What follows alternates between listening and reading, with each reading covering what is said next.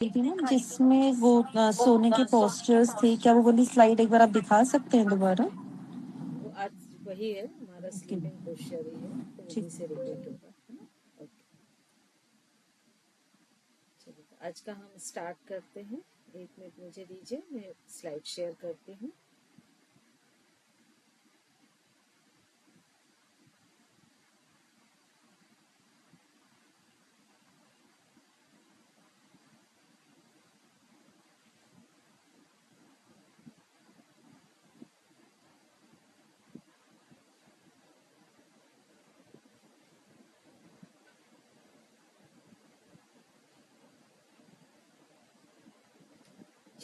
Slide सभी को दिख रही है?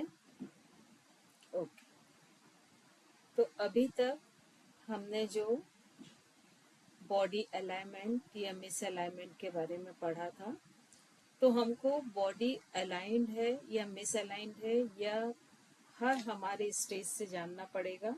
तो अभी हमने स्टैंडिंग स्टेज में देखा था कि अगर हम स्टैंडिंग पोजीशन में हैं तो किस तरह से बॉडी अलाइंड होती है और किस तरह हम चेक कर सकते हैं कि हमारी बॉडी यदि मिस अलाइंड है तो कहाँ से है।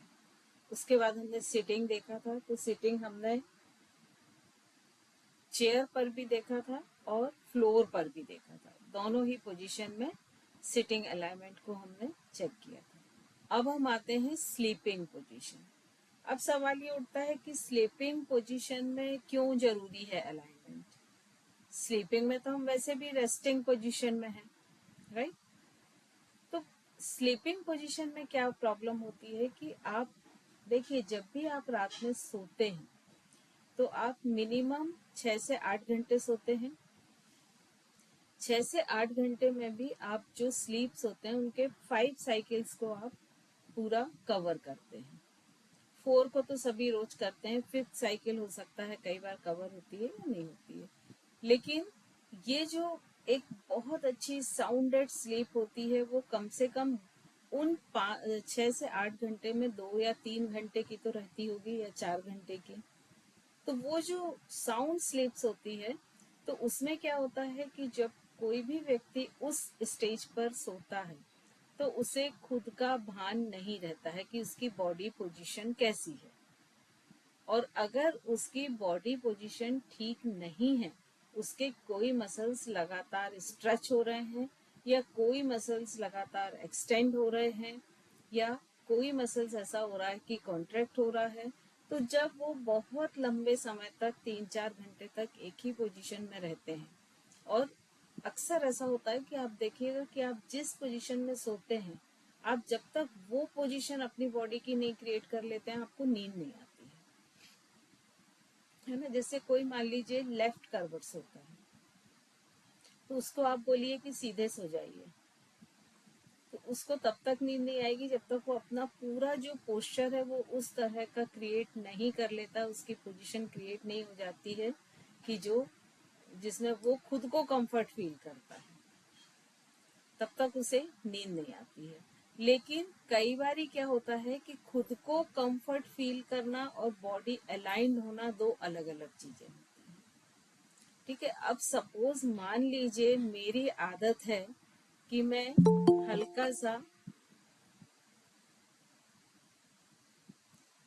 अपनी नेक को जो है हल्का सा लेफ्ट साइड टर्न कर लेती हूँ। सपोज मेरी आदत है कि हल्का सा मैं बेंड करती हूँ, तो मुझे कंफर्ट इसी पोजीशन में लगेगा। लेकिन क्या ये अलाइंड पोजीशन है बॉडी की? नहीं, वो भले ही मुझे कंफर्ट लगे। तो ऐसे ही जब हम योग कराते हैं, और योग में आपको मालूम है कि यदि हम सुपाइनेशन और प्रोनेशन वाले पोस्चर्स कर रहे हैं तो उसके लिए हमको उस व्यक्ति को लेटना होता है। ठीक है, अब जब वो व्यक्ति लेटता है योग करने के लिए, तब प्रॉब्लम क्या होती है कि उसकी बॉडी अलाइंड होनी चाहिए। जैसे हमने बैठने और खड़े होने में हमने किया था कि भाई जब भी हम बैठ के कोई आसन स्टार्ट करते हैं या खड़े होके, तो बीच में एक सम स्थिति को पहले लाते हैं, उसके बाद ही हम आसन को करना शुरू करते हैं, उसकी माउंटिंग और डिसमाउंटिंग पर जाते हैं। वैसे ही जब हम लेट के कोई आसन करते हैं, चाहे वो पीठ के बल लेट के हो या चाहे पेट के बल लेट के। उसकी पहले हम एक सम स्थिति में कंप्लीट बॉडी को लाते हैं, उसके बाद आसन शुरू करते हैं। अब इस पोजीशन में होता क्या है कि देखिए, जैसे सपोज हम एक एग्जाम ले लेते हैं, ये 5th पिक्चर का, ठीक है। 5th पिक्चर में बॉडी अलाइनमेंट में क्या प्रॉब्लम है कि एक पैर थोड़ा सा छोटा है, दूसरा बड़ा है। क्योंकि वो एक पैर पर अगर कोई व्यक्ति लंबे समय तक वजन डालता है, मान लीजिए कोई राइट लेग पर वजन रख के खड़े होने का हैबिचुअल है, तो धीरे धीरे उसका राइट लेग थोड़ा सा छोटा हो जाएगा। अब वो क्या करेगा कि जब इन दोनों पैरों को जोड़ेगा, इस तरह से मिलाएगा, तो वो क्या करेगा कि हल्का सा, जैसे ये सेंटर पोजीशन यहाँ मिलना चाहिए, तो उसकी जगह थोड़ा सा इधर मिलाएगा। क्योंकि अगर वो सेंटर में मिलाएगा तो उसके दोनों सोल इक्वल नहीं होंगे, हल्के से आगे पीछे होंगे। तो उसको लगेगा ये तो कुछ गड़बड़ है, तो वो हल्का सा ऐसे सेट करके और उसको दोनों सोल को आपस में मिला लेगा इक्वली। अब उसके हिसाब से वो सम स्थिति में है। लेकिन यदि आप उसे देख रहे हैं, आप उसको करवा रहे हो, तो आपके हिसाब से वो सम स्थिति में नहीं है। तब आप क्या करेंगे कि जो जो दोनों लेग वो हल्के से लेफ्ट साइड रखे हैं, उसको सेंटर में करेंगे। तो जैसे ही सेंटर में करेंगे तो उसकी पोजीशन ऐसी हो जाएगी, और जैसे ही ऐसी होगी तो वो बोलेगा अब मुझे ऐसा लग रहा है कि मैं पूरा तिरछा हूं। ठीक है, तो ये सबसे पहले खुद के इसमें हमें चेक करना है। तो इसको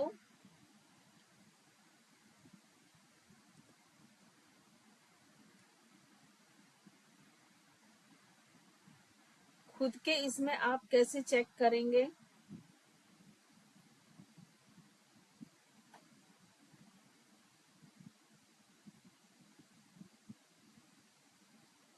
बताइए कैसे चेक करेंगे?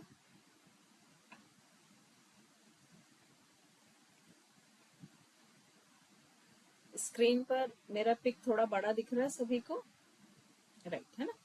देखिए, जब भी हम सोते हैं तो वो चेक करने के सबसे अच्छे तरीके, आपकी एक तो योगा मैट होती है, कि आपकी जो वो एक पतली वाली योगा मैट होती है जो 2x6 की होती है, ठीक है। उसके पूरे सेंटर में एक थोड़ा सा मोटा टेप जो होता है, सेलो टेप, वो चिपका दीजिए। वो दो, जैसे ऐसे में 2 फिट है, इसका सेंटर पॉइंट निकालिए, फिर थोड़ी दूर में सेंटर पॉइंट निकालिए, ऐसे 4 पॉइंट निकालिए सेंटर, और उन 4 पॉइंट को एक लाइन स्ट्रेट खींच के मिला दीजिए, तो वो मैट का सेंटर हो गया। अब या तो उसमें सिंपल टेप लगा दीजिए, या एक पतली रस्सी एक उसके ऊपर रख के उसके ऊपर टेप लगा दीजिए। तो वो रस्सी रखने का औचित्य क्या है, रोप रखने का, कि आपको एहसास होगा कि वो पॉइंट कहाँ है। तो वो चारों पॉइंट पर आपने एक ऐसी रोप रखी और उसके ऊपर से एक सेलो टेप लगा दिया, सो वो जो रोप है वो डिस्टर्ब नहीं होगी। ठीक है, अब उसके ऊपर नॉर्मल आप पीठ के बल लेटिए, ठीक है, और देखिए कि आपके कौन कौन से हिस्से, ये हमारा आज्ञा चक्र है, आज्ञा चक्र के जस्ट पीछे वाला हिस्सा ये उस रोप में टच हो रहा कि नहीं हो रहा। अगर आपकी ये नेक अलाइंड नहीं है तो क्या होगा, या तो आप ऐसे करके टच करेंगे या थोड़ा ऐसे करके टच करेंगे। ठीक है, तो बिल्कुल इसके पीछे का जो पॉइंट है वो उस रोप को टच कर रहा है कि नहीं कर रहा है। ठीक है, फिर दूसरा पॉइंट क्या करिए कि जब आप लेटे हैं तो आपके ये जो दोनों शोल्डर हैं, है ना, इससे एक पेंसिल या स्केच पेन से किसी भी चीज पे अपने मैट पर मार्क कर दीजिए। मेरी दोनों फिंगर दिख रही हैं, इस तरह से उस पर मार्क कर दिया। ठीक है, फिर इसके बाद में हमारा जो दोनों नी है, जैसे ये हम लेटे हुए हैं, ये घुटने हैं हमारे, मान लीजिए, तो इसके बिल्कुल बाजू में मार्क कर दिया। ठीक है, और उसके बाद हमारे एंकल के ये 3 लाइन आपको मिल गई। कैसे? हॉरिजेंटल, एक तो आपने ऐसी वर्टिकल खींची है, ये हॉरिजेंटल मिल गई है ना, और चौथी लाइन आपको कहाँ मिलेगी, आपकी बेल्ट लाइन। ठीक है, वो पॉइंट देखने के लिए आप क्या करेंगे कि अपने इन दोनों फिंगर को अपना कमर के ऊपर रखेंगे। तो जब आप ऐसे कमर के ऊपर दोनों साइड में रखेंगे तो आपको दो जगह पॉइंटेड दिखेगी, हाइटेड, बाकी फिर वो धीरे धीरे डाउन होती जाएगी नीचे। इस टाइप का आर्क दिखेगा दोनों तरफ, फील हो रहा है? ठीक है, तो ये जो सबसे हाईएस्ट पॉइंट है आपकी कमर का, जैसे ये सपोज हाईएस्ट पॉइंट है एक साइड, तो यहाँ पर डॉट रख लेंगे, दूसरी साइड ये है तो यहाँ रख लेंगे। ठीक है, और एक डॉट हमको कहाँ रखना है, जहां हमारे दोनों हील्स आपस में मिल रहे हैं। जैसे ये दोनों हमारे पैर मिले हैं, यहाँ पर कहीं एड़ी आएगी, तो इन दोनों के बीच का पॉइंट ये, इसमें आप किसी की हेल्प ले सकते हैं, लेकिन कोशिश करिएगा कि वो कैजुअली आप करें। उसमें ऐसा ना हो कि आप पहले से अलर्ट हो जाएं तो फिर आपकी बॉडी का जो मिसअलाइनमेंट है वो आप पकड़ नहीं पाएंगे। ठीक है, और उसके बाद आप उस मैट से उठ जाएं और फिर से आपने जो ये 4 जगह पर दो दो पॉइंट्स रखे हैं उनको आपस में स्ट्रेट लाइन से मिला दें। जब वो स्ट्रेट लाइन से आपने चारों पॉइंट मिला दिए तो देखें कि वो जो आपने एक पूरी लंबी लाइन खींची थी जो पूरे मैट को 2 में डिवाइड कर रही थी, उससे वो परपेंडिकुलर है कि नहीं है। मतलब उस लाइन से आप जो ये हॉरिजेंटल लाइन है ये इस तरह से क्रॉस बना रही है कि नहीं, उसके चारों एंगल 90 डिग्री है कि नहीं। यदि सपोज ये शोल्डर मान लीजिए हल्का सा ऊपर नीचे है स्लाइडली, तो आपकी ये लाइन कैसी मिलेगी, ऐसी मिलेगी। ये आपकी स्ट्रेट सेंटर लाइन है, आपने ये मिलाई, तो अब देखिए ये 90 डिग्री का एंगल नहीं मेंटेन करेगी, दिख रहा है। और दूसरा क्या देखना है कि वो जो 4 लाइन आप मिलाएंगे वो चारों एक दूसरे के पैरेलल हैं कि नहीं है। ठीक है, और 2 पॉइंट ये हो गए आपके। तीसरा पॉइंट आपको ये देखना है कि आपने आज्ञा चक्र को बिल्कुल उस रोप के ऊपर रखा है। ठीक है ना, आज्ञा चक्र के पिछले हिस्से को। तो जो आपने दोनों हील के बीच में पॉइंट लगाया है वो उसी रोप पर आ रहा है कि नहीं आ रहा है। क्योंकि देखिए जब ये 2 लेग हैं ये थोड़े से छोटे बड़े हुए, अब हम इसको इस सेंटर से मिलाएं तो ये इस तरह से मिलेंगे। ठीक है, लेकिन हमको इन दोनों को बराबर करना रहता है, तो हम क्या करते हैं, जो लेग छोटा होता है ना उस साइड हल्का सा ऐसा कर लेते हैं। समझ में आ रहा है ये? तो उसमें क्या होता है कि ये जो दोनों लेग्स को हम आपस में जोड़ते हैं ये सेंटर पॉइंट पे नहीं जोड़ते हैं, स्लाइडली जो पैर हमारा छोटा है उस साइड हम शिफ्ट करके मोड़ते हैं। तो ज्यादातर लोग इसको थोड़ा सा राइट साइड शिफ्ट करके मोड़ते हैं। ये देखिए स्टैंडर्ड स्केल नहीं है लेकिन मैक्सिमम एक पाया जाता है। और जो लेफ्ट हैंडी होते हैं वो मोस्टली लेफ्ट साइड, क्यों, क्योंकि जो राइट हैंडेड होते हैं वो क्या करते हैं, अपने बॉडी को के वेट को राइट लेग पर ज्यादा रखते हैं, लेफ्ट साइड कम रखते हैं। और जो लेफ्ट हैंडेड होते हैं वो अपने बॉडी के वेट को लेफ्ट लेग पर ज्यादा रखते हैं, राइट साइड कम रखते हैं। ठीक है, अब यदि मान लीजिए इस तरह से वो मैनेज करके लेग को ज्वाइन कर रहा है, क्या होगा, इस वाले नी पे हमेशा प्रेशर ज्यादा रहेगा। तो सबसे पहले उसके किस नी में प्रॉब्लम आएगी, राइट नी में। तो अब देखिएगा कि ज्यादातर जो राइट हैंडेड होते हैं उनकी पहले प्रॉब्लम शुरू होती है राइट नी में। फिर राइट नी जब थोड़ा थोड़ा प्रॉब्लम करने लगता है तो उसको थोड़ा सेफ रखने के लिए, उसको थोड़ा बचाने के लिए क्या करते हैं, लेफ्ट लेग पे जो है वेट को ज्यादा डालने लगते हैं। तो धीरे धीरे लेफ्ट लेग पर भी प्रॉब्लम आने लगती है। तो फाइनली आप देखिएगा जिनका भी नी का प्रॉब्लम होता है वो ज्यादातर दोनों नी में होता है, क्योंकि वो बढ़ते बढ़ते जब तक दोनों नी में नहीं हो जाता है और एकदम मैक्सिमम नहीं हो जाता है तब तक वो उसको टालते जाते हैं। ठीक है, और वो चलते भी कैसे हैं, जब वो चलते हैं तो उनके ये शोल्डर ऐसे हिलते हैं स्लाइडली। कभी भी देखिएगा नी प्रॉब्लम वालों को। ठीक है, और वो क्यों हिलते हैं, क्योंकि वो क्या करते हैं, एक पैर को बचाने की कोशिश करते हैं तो दूसरे पे वेट पूरा रखते हैं। तो ये इतनी आपको चीजें क्लियर हुई। अब हम सोने वाली पोजीशन देखते हैं। स्क्रीन विजिबल है। तो अब ये सोने की इसमें बहुत सारी स्लीपिंग पोजीशंस बताई गई हैं। हो सकता है आप सब भी इनमें से ही कोई एक पोजीशन में सोते होंगे। ज्यादातर लोग करवट लेके सोना प्रेफर करते हैं, या तो लेफ्ट या राइट, एकदम सीधे। ऐसे बहुत कम लोग सोते हैं। और पूरा बैक पोर्शन पे ये इस तरह से भी काफी लोग सोते हैं, लेकिन ऐसा सोना बहुत अच्छा नहीं माना जाता है, क्योंकि उसमें आपके सारे ऑर्गन्स पर एक्स्ट्रा प्रेशर आता है। तो अब सोने में हमको अलाइनमेंट का ध्यान रखना है। किस तरह से रखें? अब देखिए, यदि ये जो पिक्चर है, इस पोजीशन में कोई व्यक्ति सोया है, अब उसकी सपोज थाइस थोड़ी सी हैवी है, तो क्या होगा? अगर थाइस हैवी है तो नीचे वाली थाइस हैवी है, तो नी को बेड पे रखेंगे, तो मान लीजिए ये पोजीशन बन रही है, तो थोड़ा सा ये स्लाइडली डाउन हो जाएगा, जो कि ऐसा होना चाहिए।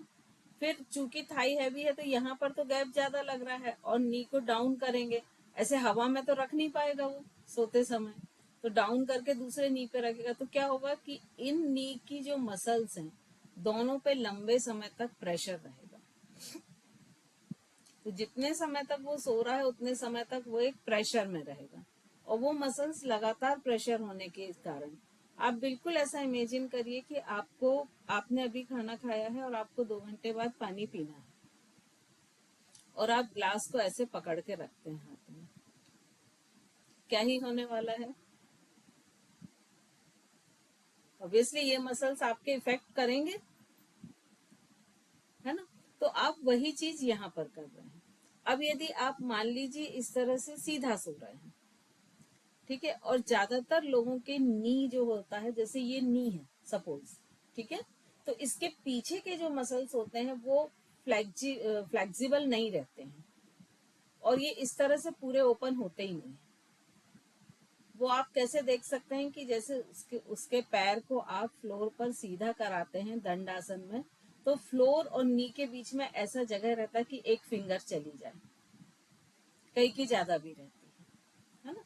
तो अब यदि वो मान लीजिए व्यक्ति सीधा सो रहा है और उसके नी कंटिन्यूएशन में ऐसे हैं, तो क्या होगा कि ये दोनों मसल्स लगातार प्रेशर में है, क्योंकि ये इनके नीचे कोई भी सपोर्ट नहीं है, तब भी इसको नी की प्रॉब्लम आएगी। तो जॉइंट्स प्रॉब्लम या अर्थराइटिस में जो प्रॉब्लम्स आती हैं दर्द की, उसका एक बहुत बड़ी वजह होती है सोने की पोजीशन। ठीक है, अब जैसे सपोज एक ये पोजीशन देखिए, इस पोजीशन में भी ये नी नीचे की तरफ जाके बेड पे जाएगा, तो नतीजा क्या होगा कि इस नी के आसपास जो मसल्स हैं वो लगातार उन पर एक स्ट्रेस रहेगा, स्ट्रेन रहेगा लगातार कंटिन्यूशन में। तो इन चीजों का ध्यान रखना बहुत जरूरी है। और ये इसमें सबसे बड़ी प्रॉब्लम होती है कि जो आप जिससे बात कर रहे हैं, आपका वो क्लाइंट भी आपको नहीं बता पाएगा कि वो कैसे सोता है। जब आप उसको बार बार बोलोगे, तब वो थोड़ा ध्यान रखना शुरू करेगा, या उसके फैमिली मेंबर उसकी पोजीशन देख के बता पाएंगे कि वो इस तरह से सोता है। ठीक है, अब ये सवाल उठता है कि जब हम ऐसे सोते हैं, तो हमारी आदत बदलना बहुत आसान नहीं है, क्योंकि आपको नींद ही नहीं आएगी आप यदि वो पोजीशन नहीं लेंगे। तो आज करके देखिएगा सब। मान लीजिए कोई लेफ्ट करवट सोता है, तो वो सीधा सोने की कोशिश करे, या पूरा पलट के, या इवन राइट करवट सोने की कोशिश करे, तो भी वो नींद नहीं आएगी जब तक कि वो वापस वैसे ही करवट लेके और अपनी पोजीशन नहीं ले लेगा। तो अब इस पोजीशन में हमको आगे क्या करना चाहिए? तो देखिए, सबसे पहले तो ये जब हम करवट में सोते हैं, ये उसका पिक्चर है। अब ये लेफ्ट भी हो सकती है, राइट भी हो सकती है। अब इसमें सबसे बड़ा एक प्रॉब्लम ये आता है, जो लोग अक्सर पूछते हैं कि पिलो की पोजीशन कैसी हो, हमको बिना पिलो के सोना चाहिए क्या, पतली पिलो लेना चाहिए क्या? जैसे बहुत सारे सर्वाइकल के पेशेंट से जब मैं बात करती हूँ, तो उनका ये रहता कि नहीं हम तो बिना पिलो के सोते हैं, या नहीं हम तो पहले से ही बहुत पतली पिलो लेते हैं। ठीक है, तो टेक्निकली वो दोनों चीजें गलत हैं सर्वाइकल के पेशेंट के लिए। आपकी पोजीशन कैसा होना चाहिए कि आपकी पिलो ऐसी होनी चाहिए कि आपकी स्पाइन सर्वाइकल जो है वो स्ट्रेट रहे, जैसे आपका ये फर्स्ट पिक्चर में दिख रहा है। मोस्टली क्या करते हैं हम, या तो अगर बड़ी पिलो ली तो ये देखिए कर्व हो गई है पूरी स्पाइन, या मान लीजिए ये दोनों ही मोटी पिलो की है, अगर हम इमेजिन करें कि इसकी जगह पतली पिलो है तो भी ये ऊपर की जगह नीचे कर्व हो जाएगी। तो पिलो हमारी कैसी होनी चाहिए, बिल्कुल एक स्ट्रेट हमारी स्पाइन को जो पोस्चर मेंटेन कर सके। अब वो कैसे फाइंड आउट करें कि कैसे होनी चाहिए, तो उसके लिए सबसे अच्छा तरीका होता है कि जब भी आप सपोज, सबसे पहले तो हम खुद की ही बात करते हैं, फिर बाद में हम किसी और की बात करेंगे। तो आपको भी नहीं मालूम कि आप किस करवट सोने वाले हो, कैसे सोने वाले हो। ठीक है, तो कोशिश करें कि अपने बेड पे बड़ी पिलो रखने की जगह छोटे छोटे कुशन टाइप के रखें। अब वो कुशन कैसे होने चाहिए, देखिए एक बहुत पतली, मतलब मुश्किल से आधा एक इंच का, जैसे हम मान लीजिए इसको थोड़े से ब्लैंकेट को या थोड़े से चादर को फोल्ड करके रख लेते हैं। ठीक है, उतना हिस्सा आपका सिर के नीचे होना चाहिए। ठीक है, अब आपके जो दोनों साइड दो छोटे छोटे कुशन होने चाहिए, क्योंकि आप जब सोएंगे, अगर आप एक रखेंगे, मान लीजिए आपने राइट साइड रख लिया और आप लेफ्ट करवट लेके सो रहे हैं, तो आपको इतना ध्यान नहीं रहेगा कि वो कुशन आप खींच लें। लेकिन यदि उसी साइड एक कुशन है तो आप खींच लोगे। तो वो कुशन की मोटाई क्या होना चाहिए, वो स्पेशल होना चाहिए आपके शोल्डर की। जैसे मान लीजिए ये मेरा, सपोज मैं मेजर करती हूँ तो ये 3.5 इंच है, क्योंकि ये 3 से 4 इंच के बीच में लोगों के डिफरेंट आते हैं साइज। तो अगर ये 3.5 इंच है तो हम, मेरा जो दोनों इस साइड का जो पिलो है वो 3.5 ही होना चाहिए। ठीक है, तो आपके दो पिलो आजू बाजू कैसे हो गए, 3.5 इंच के। हम, मैं मान के चल रही हूँ ये शोल्डर मेरा 3.5 इंच है। ठीक है, अब ये दो तो 3.5 इंच के हो गए। अब हमारा एक मेजरमेंट हम ये लेते हैं, ये मेरे दोनों जो पॉइंट दिख रहे हैं ना, वो पॉइंट। ठीक है, अब ये मान लीजिए 16 इंच सपोज, तो 16 का हाफ कर दीजिए, मतलब करीब 8 से 10 इंच का एक पिलो होना चाहिए जो हमारे सेंटर में होना चाहिए। और एक पतला पिलो 2 से 3 इंच का, लगभग हमारे नी के पास। ठीक है, तो सोने की सही पोजीशन क्या होती है कि यदि हम सीधे सो रहे हैं तो वो पतला पिलो नीचे है, और जो नी के पास हमारा 2 से 3 इंच का, उसको हम नी के नीचे लगा देते हैं।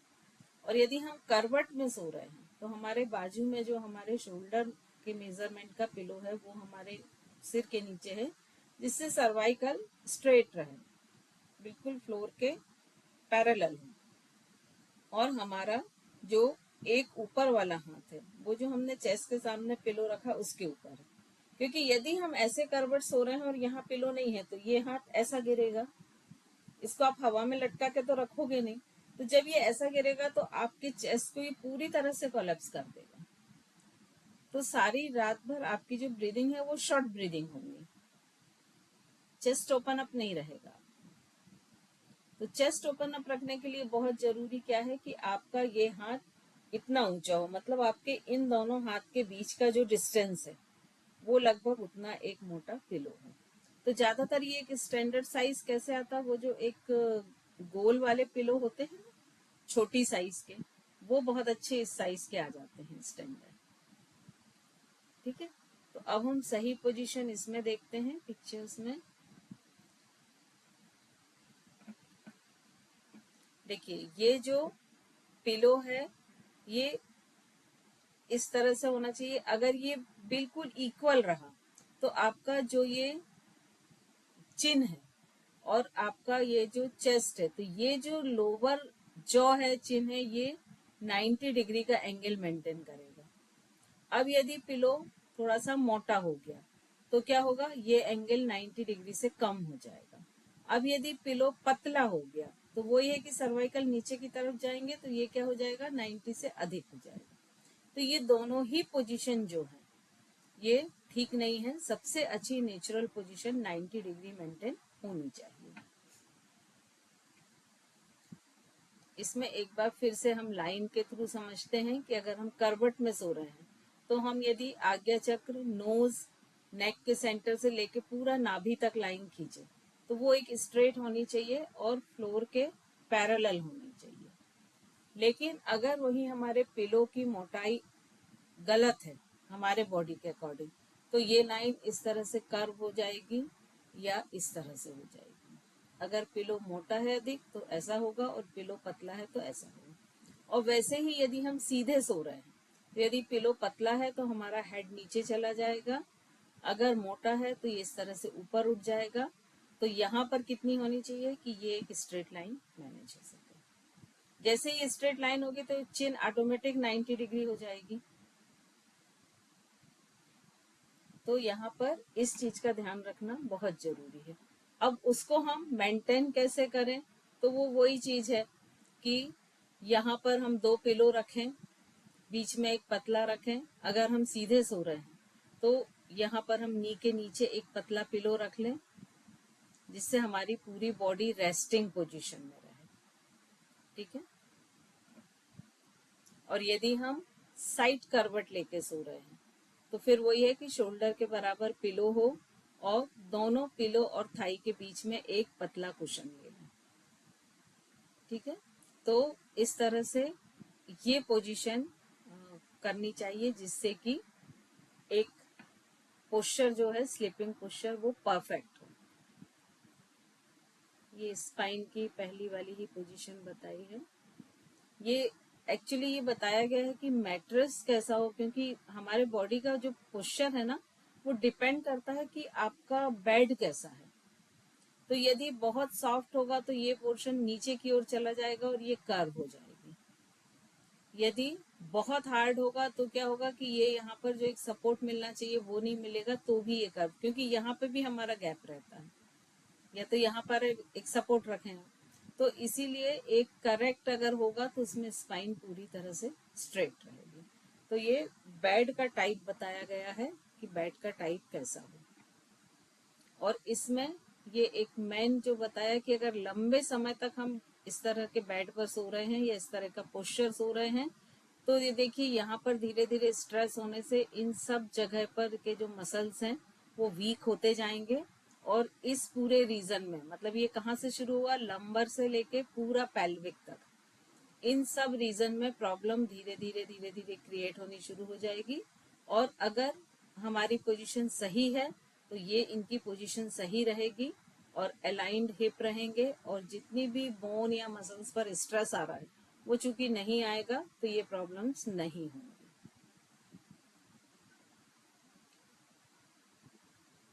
ये स्लीपिंग आपको हम बता चुके हैं। ये देखिए एक तरीका ये भी बहुत अच्छा होता है कि ये शोल्डर के हाइट का पिलो ले लिया और एक मोटा पिलो लंबा ले लिया तो उसके ऊपर आर्म्स और लेग दोनों हो गए।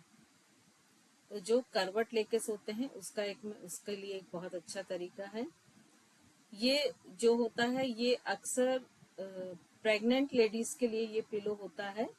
और इस पिलो में चूंकि प्रेगनेंसी में जब थोड़ा काफी प्रेगनेंसी कंप्लीट होने को आती मतलब 7th-8th मंथ में तो वो काफी एक खासकर नी में काफी प्रॉब्लम होती है उनकी, क्योंकि एब्डोमेन वैली पोर्शन बढ़ जाता है, थाई का वेट थोड़ा बढ़ जाता है। तो उस समय इस पिलो को हम लोग बोलते हैं कि इसको आप यूज करिए। तो देखिए इसमें चेस्ट भी पूरा खुला है, नी भी ऊपर होने के कारण पूरा वैली पोर्शन रिलैक्स पोजीशन में है और ये जो पूरे थाई मसल्स हैं ये सारे भी रिलैक्स पोजीशन में। तो ऐसा नहीं है ये पिलो बहुत अच्छी होती है, तो ऐसा जरूरी नहीं है कि आप सिर्फ प्रेगनेंसी में ही यूज कर सकते हैं। आप इन जनरल भी यूज कर सकते हैं यदि आपको नी की प्रॉब्लम है, अर्थराइटिस की प्रॉब्लम है, फ्रोजन शोल्डर है या सर्वाइकल है, तो उस कंडीशन में भी आप इसको यूज कर सकते हैं। इसके बाद है नेक अलाइनमेंट। ये स्लीपिंग पोजीशन सभी को समझ में आ गई होगी। यदि कोई क्वेश्चन हो तो आप नोट करके रख लें, तो वो हम बाद में लेते हैं, है ना। अब हम आते हैं, हमारा जो पहला अलाइनमेंट था, जॉइंट था, वो नेक का था। तो नेक अलाइनमेंट के लिए सबसे पहले हमको क्या देखना है कि जो हमारे कान का सेंटर वाला पोर्शन है, जहाँ होल होता है, वो शोल्डर के बीचों बीच है कि नहीं। लेकिन ज्यादातर लोगों का इस तरह पोजीशन होती है, ये स्पाइन हल्की सी कर्व हो जाती है और जो सिर है वो बाहर की तरफ आ जाता है।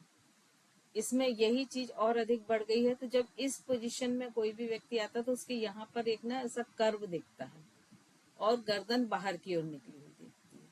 तो अब ये हमने 3 पोजीशन देखी, एक अलाइंड और 2 मिस अलाइंड की। तो अब इससे प्रॉब्लम क्या होती है, तो देखिए, जब ये 0 डिग्री पे नेक है, मतलब ये पहली पोजीशन, तो स्पाइन पर जो सिर का अपना एक वजन होगा हमारे, है ना। तो जो सिर का वजन है वो 10 से 12 किलो है।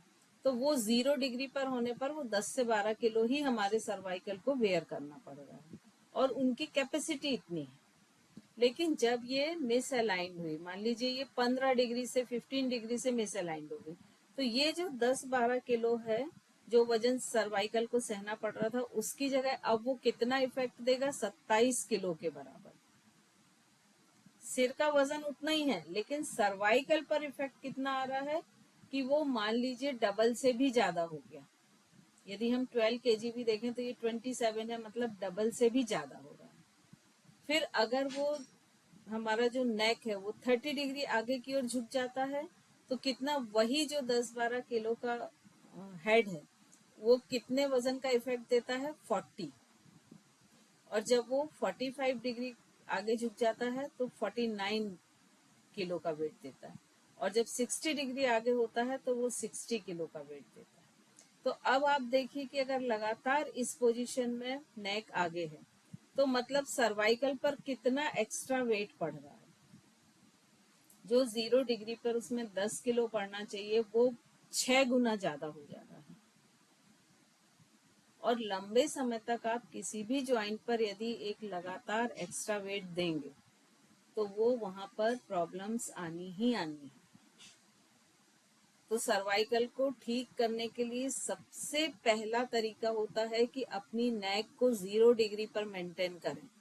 और आपने देखा सर्वाइकल वालों को एक ऐसा बेल्ट दिया जाता है गले में पहनने, उसका काम क्या रहता है कि वो आपके हेड को, जो नेक ज्वाइंट है, इसको 0 डिग्री पर मेंटेन करके रखे। सिर्फ उसका यही काम रहता है और कोई काम नहीं रहता। ठीक है। तो फाइनली यदि हम देखते हैं कि ये जो एटलस हमारी फर्स्ट वर्टिब्रा होती है, जो स्पाइन की फर्स्ट सर्वाइकल होती है, इसको एटलस कहते हैं।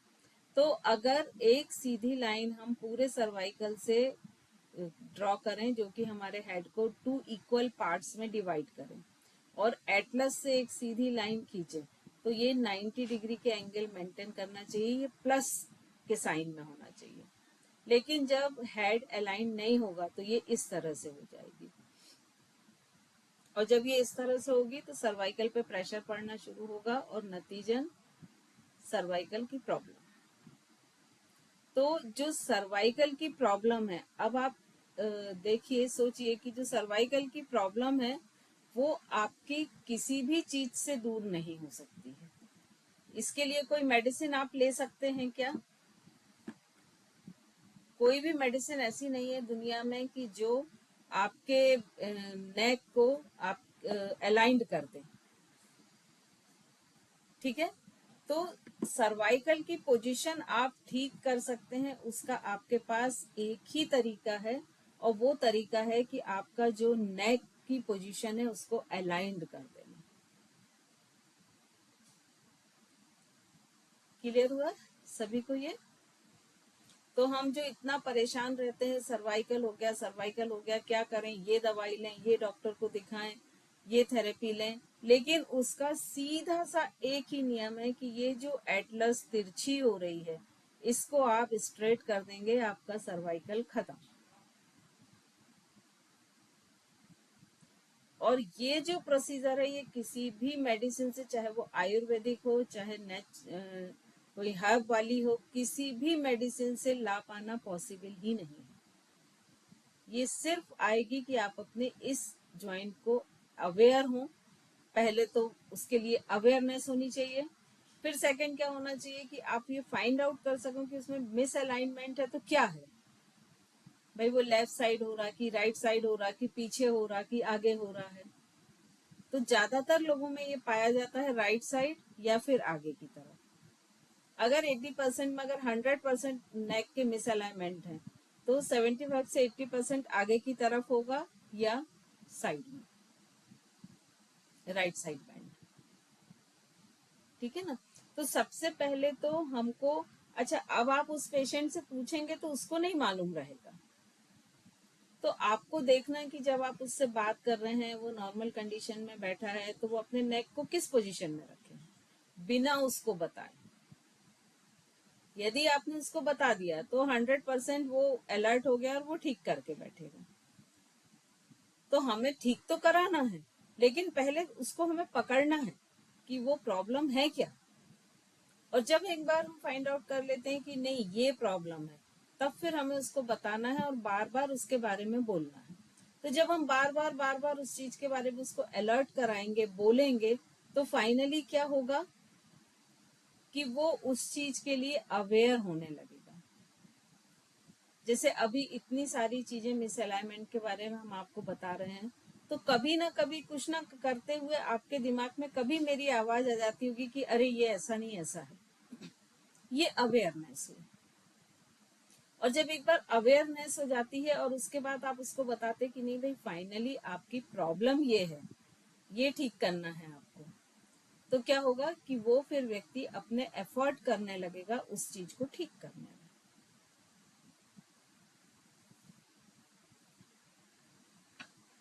अब देखिए जिनको ये प्रॉब्लम होती है वो दिखते कैसे हैं, कैसे पहचाने। तो जैसे आप उसके दोनों हाथ ऊपर यदि कराएंगे, तो यदि आप एल्बो स्ट्रेट कराएंगे तो एक हाथ ऊंचा एक नीचे होगा। जिनके शोल्डर्स अप डाउन होंगे, कई लोगों के शोल्डर एक नीचे होता है एक ऊपर होता है, तो उनके हाथ के ये ऊपर कराने में भी प्रॉब्लम आएगी। दूसरा हो सकता है कि वो इस तरह की उनके एल्बो राउंडेड हो जाए। तो अगर जिनके शोल्डर राउंडेड हो जाते हैं वो ऐसा स्ट्रेट हाथ ऊपर कर ही नहीं पाते हैं, क्योंकि शोल्डर यहाँ है तो वो इस तरह से कर पाएंगे। और अगर दोनों शोल्डर सेम डिग्री पे राउंडेड नहीं है, तब क्या होगा कि उनके हाथ ऐसे अलग अलग पोजीशन में रहेंगे। एक हो सकता है थोड़ा सा अधिक स्ट्रेट हो जाए, एक कम हो। तीसरी पोजीशन क्या होती है कि अगर राउंडेड रहेंगे तो ये जो बाइसेप है इनको वो कान से टच करते हुए ऐसे ऊपर कर ही नहीं पाएंगे, वो हल्का सा ऐसा करेंगे। आप लोग करके देखो अपने हाथ ऊपर जरा, दोनों हाथ क्या हो रहा है। देखिए बाइसेप मतलब कौन सी पोजीशन हो गई, ये हाथ की चौड़ाई है, दिख रही है सभी को, मेरा हाथ दिख रहा है, ये हाथ की चौड़ाई है, इसका सेंटर पॉइंट ये ले लिया। ठीक है। अब सबसे पहले मैं क्या करती हूँ, जब भी बाइसेप टच करने बोलती ना तो लोग, मतलब हम सब बहुत स्मार्ट तो होते ही है ना, ये तो है ही फाइनली। तो हम क्या करते हैं कि चिन को डाउन किया, ये टच कर लिया, हो गया। दिख रही मेरी पोजीशन, नहीं ये अप 90 डिग्री। ठीक है। इसके बाद हाथ पीछे, अब बाइसेप को टच करें। और जब देखिए इसमें छोटी छोटी कैसे चीटिंग होती है, ये रिस्ट ऐसी कर ली, दिख रहा है मेरा रिस्ट हाथ ऊपर दिख रहा है। ठीक है। या इसको हल्का सा ऐसा घुमा लिया, तो अब बाइसेप की जगह क्या पीछे वाला हिस्सा टच हो रहा है। या कई लोग ऐसे घुमा लेते हैं तो ये साइड वाला। तो ये जो बाइसेप है ये टच और हाथ एकदम सीधा रहे। दोनों हाथ करके देखें ऊपर।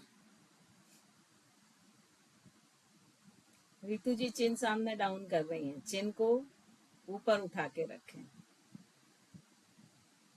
देखिए मेरे स्क्रीन पर अभी जितने लोग आ रहे हैं, बहुत कम लोगों के बहुत अच्छे तरह से उठे हुए हैं। गुड, वापस आ जाएं सभी। प्रियंका जी का परफेक्ट है, प्रीति जी का भी थोड़ा सा डिस्टर्ब आ रहा है, पर्णिका जी आपका भी थोड़ा सा, मतलब सभी के क्या पोजीशन आ रही है, ये पोजीशन आ रही है, दिख रहा है। लेकिन ये पोजीशन नहीं आ रही है। दोनों में अंतर दिख रहा है। चिन डाउन, ये हल्का सा लूज, ये हाथ मेरा अभी भी स्ट्रेट है ना, लेकिन चिन अप, ये पोजीशन। और एक में तो आ जाएगी, दूसरा करेंगे तो 100%, या तो ये यहां से ऐसा कर लेंगे या चिन ऐसा कर लेंगे। इसका दूसरा तरीका ये मेंटेन करने का, ये अपने आप को इसमें थोड़ा सा और बूस्ट अप करने का सबसे अच्छा तरीका क्या है, वॉल के सामने खड़े हो जाएं, आपका फेस पूरा वॉल की तरफ, ठीक है।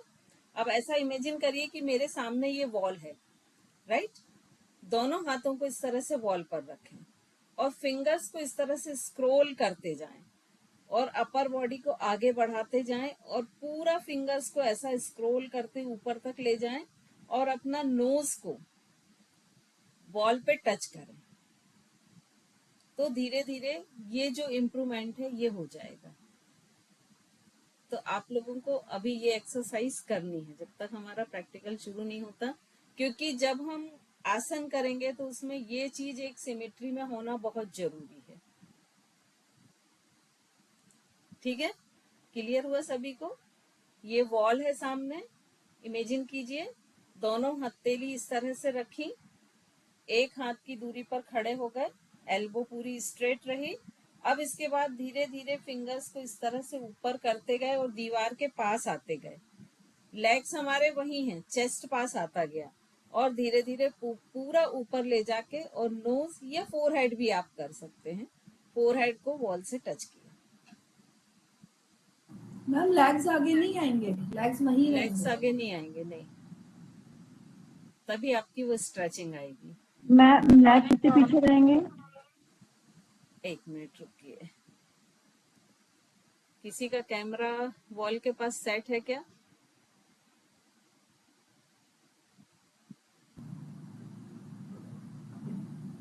मैम पीछे ले जा सकते।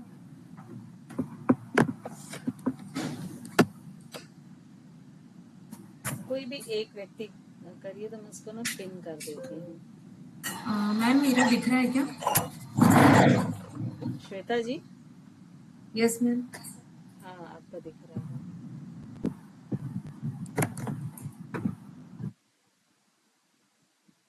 मैम मेरा दिख रहा है क्या? एक सेकंड, कोई भी ना एक करिए तो जिससे ना सभी को वो प्रॉपर दिखेगा। किसका श्वेता जी आपके पैर नहीं दिख रहे हैं, लेकिन मुझे रिंकी जी आप करिए, आपका अच्छा दिख रहा है। खड़े हो जाइए और पूरा पलट जाइए।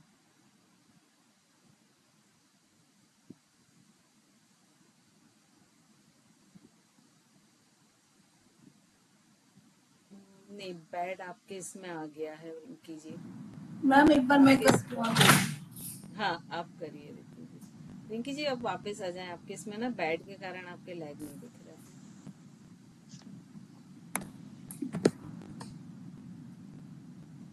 हाँ, गुड गुड रितु जी।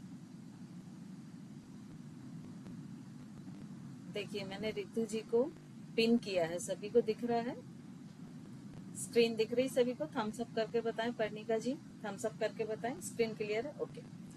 देखिए अभी आपको करना क्या है कि दोनों लेग्स को आपको ज्वाइन करके रखना है। दोनों हाथ के बीच में हाथ को और सीधा करें रितु जी, थोड़ा सा नीचे कर लें शोल्डर की हाइट पर। ये पोजीशन पर आपको खड़े होना है, ठीक है। आपका वॉल है, रितु जी कैमरे को हल्का सा वॉल की तरफ मूव कर लें जिससे वॉल क्लियर दिखे स्लाइडली, बस। अब देखिए ये तो आपका अंडरस्टूड है कि आपको लेग यहीं रखना है और ज्वाइन रखना है, ठीक है। पहले सब देख लें फिर करके देखिएगा। इसके बाद आपको धीरे धीरे फिंगर्स को स्क्रॉल करते हुए ऊपर लेके जाना है और चेस्ट को बॉल की तरफ लाते जाना है। अगर शुरू में ऐसा लगता है कि इतने गैप में आपको ज्यादा लग रहा है तो आप गैप थोड़ा कम कर सकते हैं। पहले चेस्ट को वॉल से सटा लें, यस, ये पोजीशन देखिए। रितु जी बैक पे पूरी स्ट्रेच आ रहा है, हील्स को भी डाउन रखना है। अगर ये डिस्टेंस आपको शुरू में लग रहा है कि अधिक है, क्योंकि जिनके शोल्डर अधिक राउंडेड होंगे उनको ये डिस्टेंस बहुत अधिक लगेगा, तो इसको थोड़ा कम कर लें, ठीक है। ये थोड़ा कम करके कर लें, फिर धीरे धीरे इसको बढ़ाएं। तो इस तरह से फिंगर्स को स्क्रॉल करते हुए ऊपर ले जाइए चेस्ट को, और जब नोज और फोरहेड मान लो इजीली टच हो रहा है तो चिन को टच कीजिए, चिन को टच कीजिए रितु जी। ये वापस आ जाए। अब मुझे बताएं रितु जी, आपको कहाँ कहाँ स्ट्रेचिंग आ रही थी? मैम शोल्डर पर आ रही थी, बैक पर आ रही थी, लेग के पिछले मसल्स पर भी स्ट्रेचिंग आपको आ रही होगी। काफ पे सबसे ज्यादा आती है। हाँ, देखिए तो ये जो एक्सरसाइज है इसमें फाइनली होगा क्या, जितनी बैक मसल्स हैं, चाहे वो शोल्डर के पीछे अगर राउंडेड हुए, इसका मतलब क्या हुआ कि ये मसल श्रिंक हो गई हैं और ये एक्सटेंड हो गई। तो ये चाहे हमारी कॉलर बोन वाले मसल्स हों, चाहे उसके नीचे कौन से मसल्स हैं, ट्रेपेजियम, चाहे उसके नीचे डॉर्सिलेटिसिमस मसल्स, ठीक है। फिर हमारा पेल्विक पूरा अंदर जा रहा था, और उसके नीचे की क्वाड्रिसेप और काफ मसल, राइट रितु जी, इन सब पे आ रहे थे स्ट्रेचिंग, ठीक है। तो सपोज हमने ये पोजीशन में करके शुरू में 5 सेकेंड हम होल्ड करें, फिर इसको 10 सेकेंड करें, फिर 30 सेकेंड तक लेके जाएं। और अगर स्टार्टिंग में आपका रुकना, आपकी बॉडी आपको अलाउ नहीं कर रही है, तो सिर्फ ऊपर जाएं फिर वापस आए, ऊपर जाएं फिर वापस आए, और 2-3 सेकंड से जितना भी, 5 सेकंड मेरे ख्याल से सभी की, उनके आप लोग योग वाले हैं तो 5 सेकंड तो सभी की अलाउ करेगी ही। तो 5 सेकंड से शुरू करें और धीरे धीरे उसको 30 सेकंड तक लेके जाएं। तो क्या होगा कि ये जो शोल्डर है, जो राउंडेड हो गए हैं, ये आपके लूज हो जाएंगे, और ये जैसे ही लूज होंगे तो सर्वाइकल के लिए स्पेस बनेगा। सर्वाइकल जो किसी भी एक साइड तिरछा होगा वो ऑटोमेटिक सीधा होगा। क्लियर है सभी को? अंकुर जी क्लियर? ये छोटी छोटी एक्सरसाइज अंकुर जी, आप अभी हाथ आपका वो है तो आप एक हाथ के सहारे कर सकते हैं, लेकिन डिस्टेंस अधिक ना रखें, ओके, है ना, डिस्टेंस कम रख के करें। जैसे आप वॉल के सामने ही खड़े हो जाएं और सिर्फ दोनों हाथों को, आपकी 2 फिंगर तो बढ़िया हैं, तो ऐसे हाथ ऊपर ले जाएं और फिर नीचे लाएं, ठीक है। तो इसको आप कर सकते हैं। बस आपको ये ध्यान रखना कि आपके जिन फिंगर्स पे बैंडेज है उस पे आपको प्रेशर नहीं देना है, ठीक है। आगे बढ़े हम, ये सभी को क्लियर हो गया? मैम एक चीज थोड़ा सा पूछना था। हाँ बताएं। आपने जैसे एटलस बताया, तो ये C1 C7 के एक्स्ट्रा होती है या उसी में से फर्स्ट वाली? नहीं नहीं, C1 को ही एटलस कहते हैं, C1 को, ठीक है, इसको क्लियर रखें। ये जैसे हम तो ये इजी सर्वाइकल और थोरेसिक बोल देते हैं ना, इनके भी अपने नाम है ना, लेकिन उतना डिटेल में हमको जरूरत नहीं है, इसलिए हम नहीं जा रहे हैं।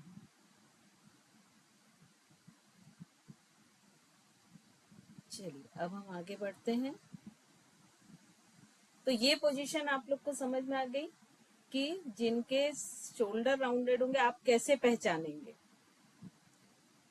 ठीक है। क्योंकि जैसे हमने आपको बोल दिया कि आप ऐसा करके देख लो, मैट बिछाओ, इतने पॉइंट लगाओ, तो आप हर व्यक्ति को तो उस प्रोसेस से नहीं गो थ्रू करेंगे ना, तो आपको अपनी नजरों से पहचानना है, ठीक है। तो ये आपकी हेल्प करेगी उसको पहचानने। फिर अगर वो लेटे हुए पोजीशन में है, अगर लेट के हाथ ऊपर कराते हैं, तो देखिए जिनके शोल्डर राउंडेड होंगे उनके जो एल्बो का ये कर्व दिख रहा ना, ये एल्बो फ्लोर को नहीं टच होंगे उनके, इस तरह से हाथ थोड़े से ऊपर रहेंगे। जिनके ठीक होंगे ये देखिए एक स्ट्रेट दोनों हाथ पैरेलल ऊपर जा रहे हैं, जिनके शोल्डर फ्लेक्सिबल है पूरी तरह। और कई बार इसमें ऐसा भी होगा कि एक फ्लेक्सिबल होगा एक नहीं, जैसे ये फर्स्ट केस में आपको दिख रहा है कि ये तो पूरा लगभग स्ट्रेट हो रहा है, लेकिन ये बहुत अधिक कर्व है। तो ये लेट के जब आप हाथ ऊपर कराएंगे तब आपको ये फाइंड आउट होगा। अब देखिए जो सेकंड पिक्चर को देखिए ध्यान से, थोड़ा सा ब्लैक है तो थोड़ा सा आपको ध्यान से देखना पड़ेगा। देखिए इनके शोल्डर परफेक्ट दिख रहे हैं ना, दोनों हाथ ऊपर हैं, पैरेलल हैं, यस पर्णिका जी दिख रहे हैं, ठीक है। लेकिन देखिए ये कब है, जब इन्होंने अपने लेग्स को मिस अलाइन किया हुआ, दिख रहा है। अलाइंड लेग्स कौन से हैं, ये हैं।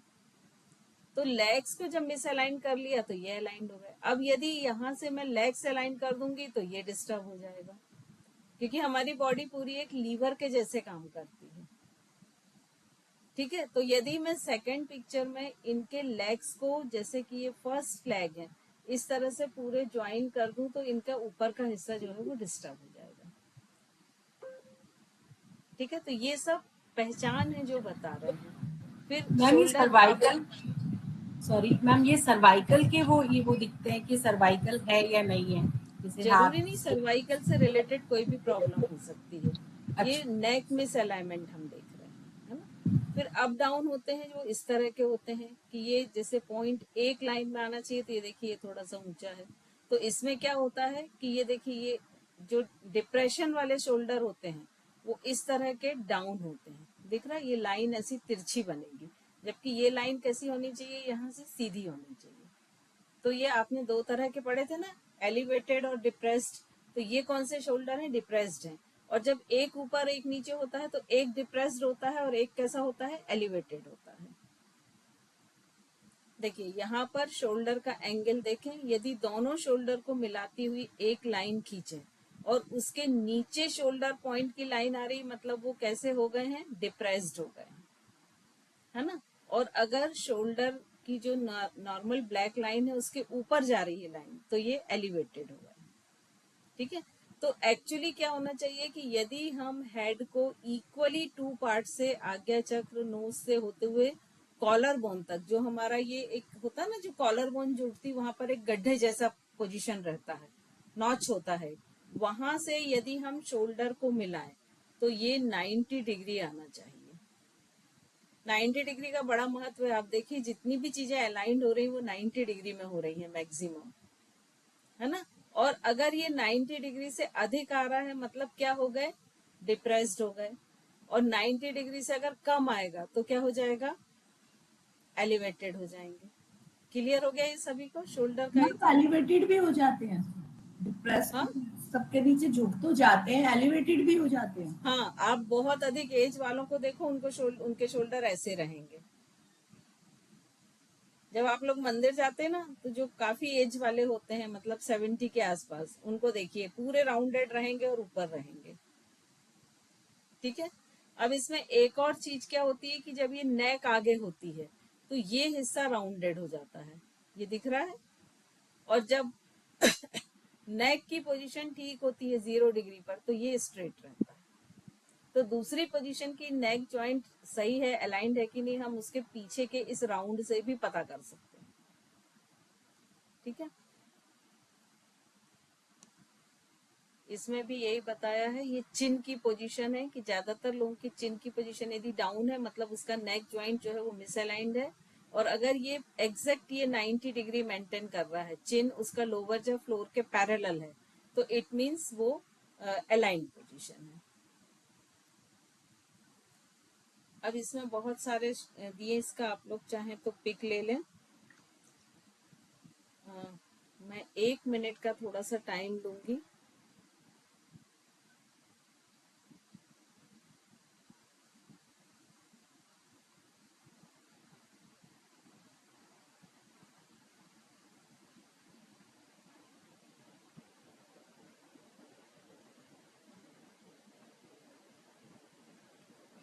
आप लोग आपस में डिस्कस कर सकते हैं चाहे तो, माइक खोल के। मैं 1 मिनट का टाइम ले रही रितु दी, या आप वॉल के टोज आए थे ना, तो आपके टोज बिल्कुल वॉल को टच कर रहे थे ना, ये गैप था। आप बताओ, मुझे नहीं पता चल रहा था ऐसे। वो मुझे यही तो पूछना है ना कि आपके टो से लेके हेड तक, फोरहेड तक पूरा वॉल को टच कर रहे। किस चीज को टच कर रहे हैं समझी नहीं आप। नहीं जब आपने नहीं खड़े होकर नहीं, पोजीशन ली थी। नहीं, मेरे टोज टोज को पीछे थे। टोज दूर रहेंगे दीवार से, जितना अपने हैंड की डिस्टेंस है ना उतना अपने टोज की डिस्टेंस रहेगी, या थोड़ा सा हम कम कर सकते हैं अगर हमें अपने बैक पर इफेक्ट आ रहा है तो, ऐसा मैम ने तो बताया था। दोबारा से बता हाँ, देती हूँ, मतलब ऊपर खड़े होकर के ना, ये देखो। हाँ, एक हैंड, वन हैंड डिस्टेंस रहेगी हमारी बॉडी की पूरी, फिर हम वॉल के पास आएंगे फोरहेड लगाने, तो वो हम ऐसे स्लैंटिंग पोजीशन हो जाएगी हमारी, इस तरह से। आपको दिख रहा है दीदी? एक मिनट में आपको पिन करूँ। दिख रहा है दीदी? ये पहले तो मैंने हाथ की पोजीशन पूरी, जैसे एक हाथ का फासला लेते हैं ना, इस तरह से करी थी।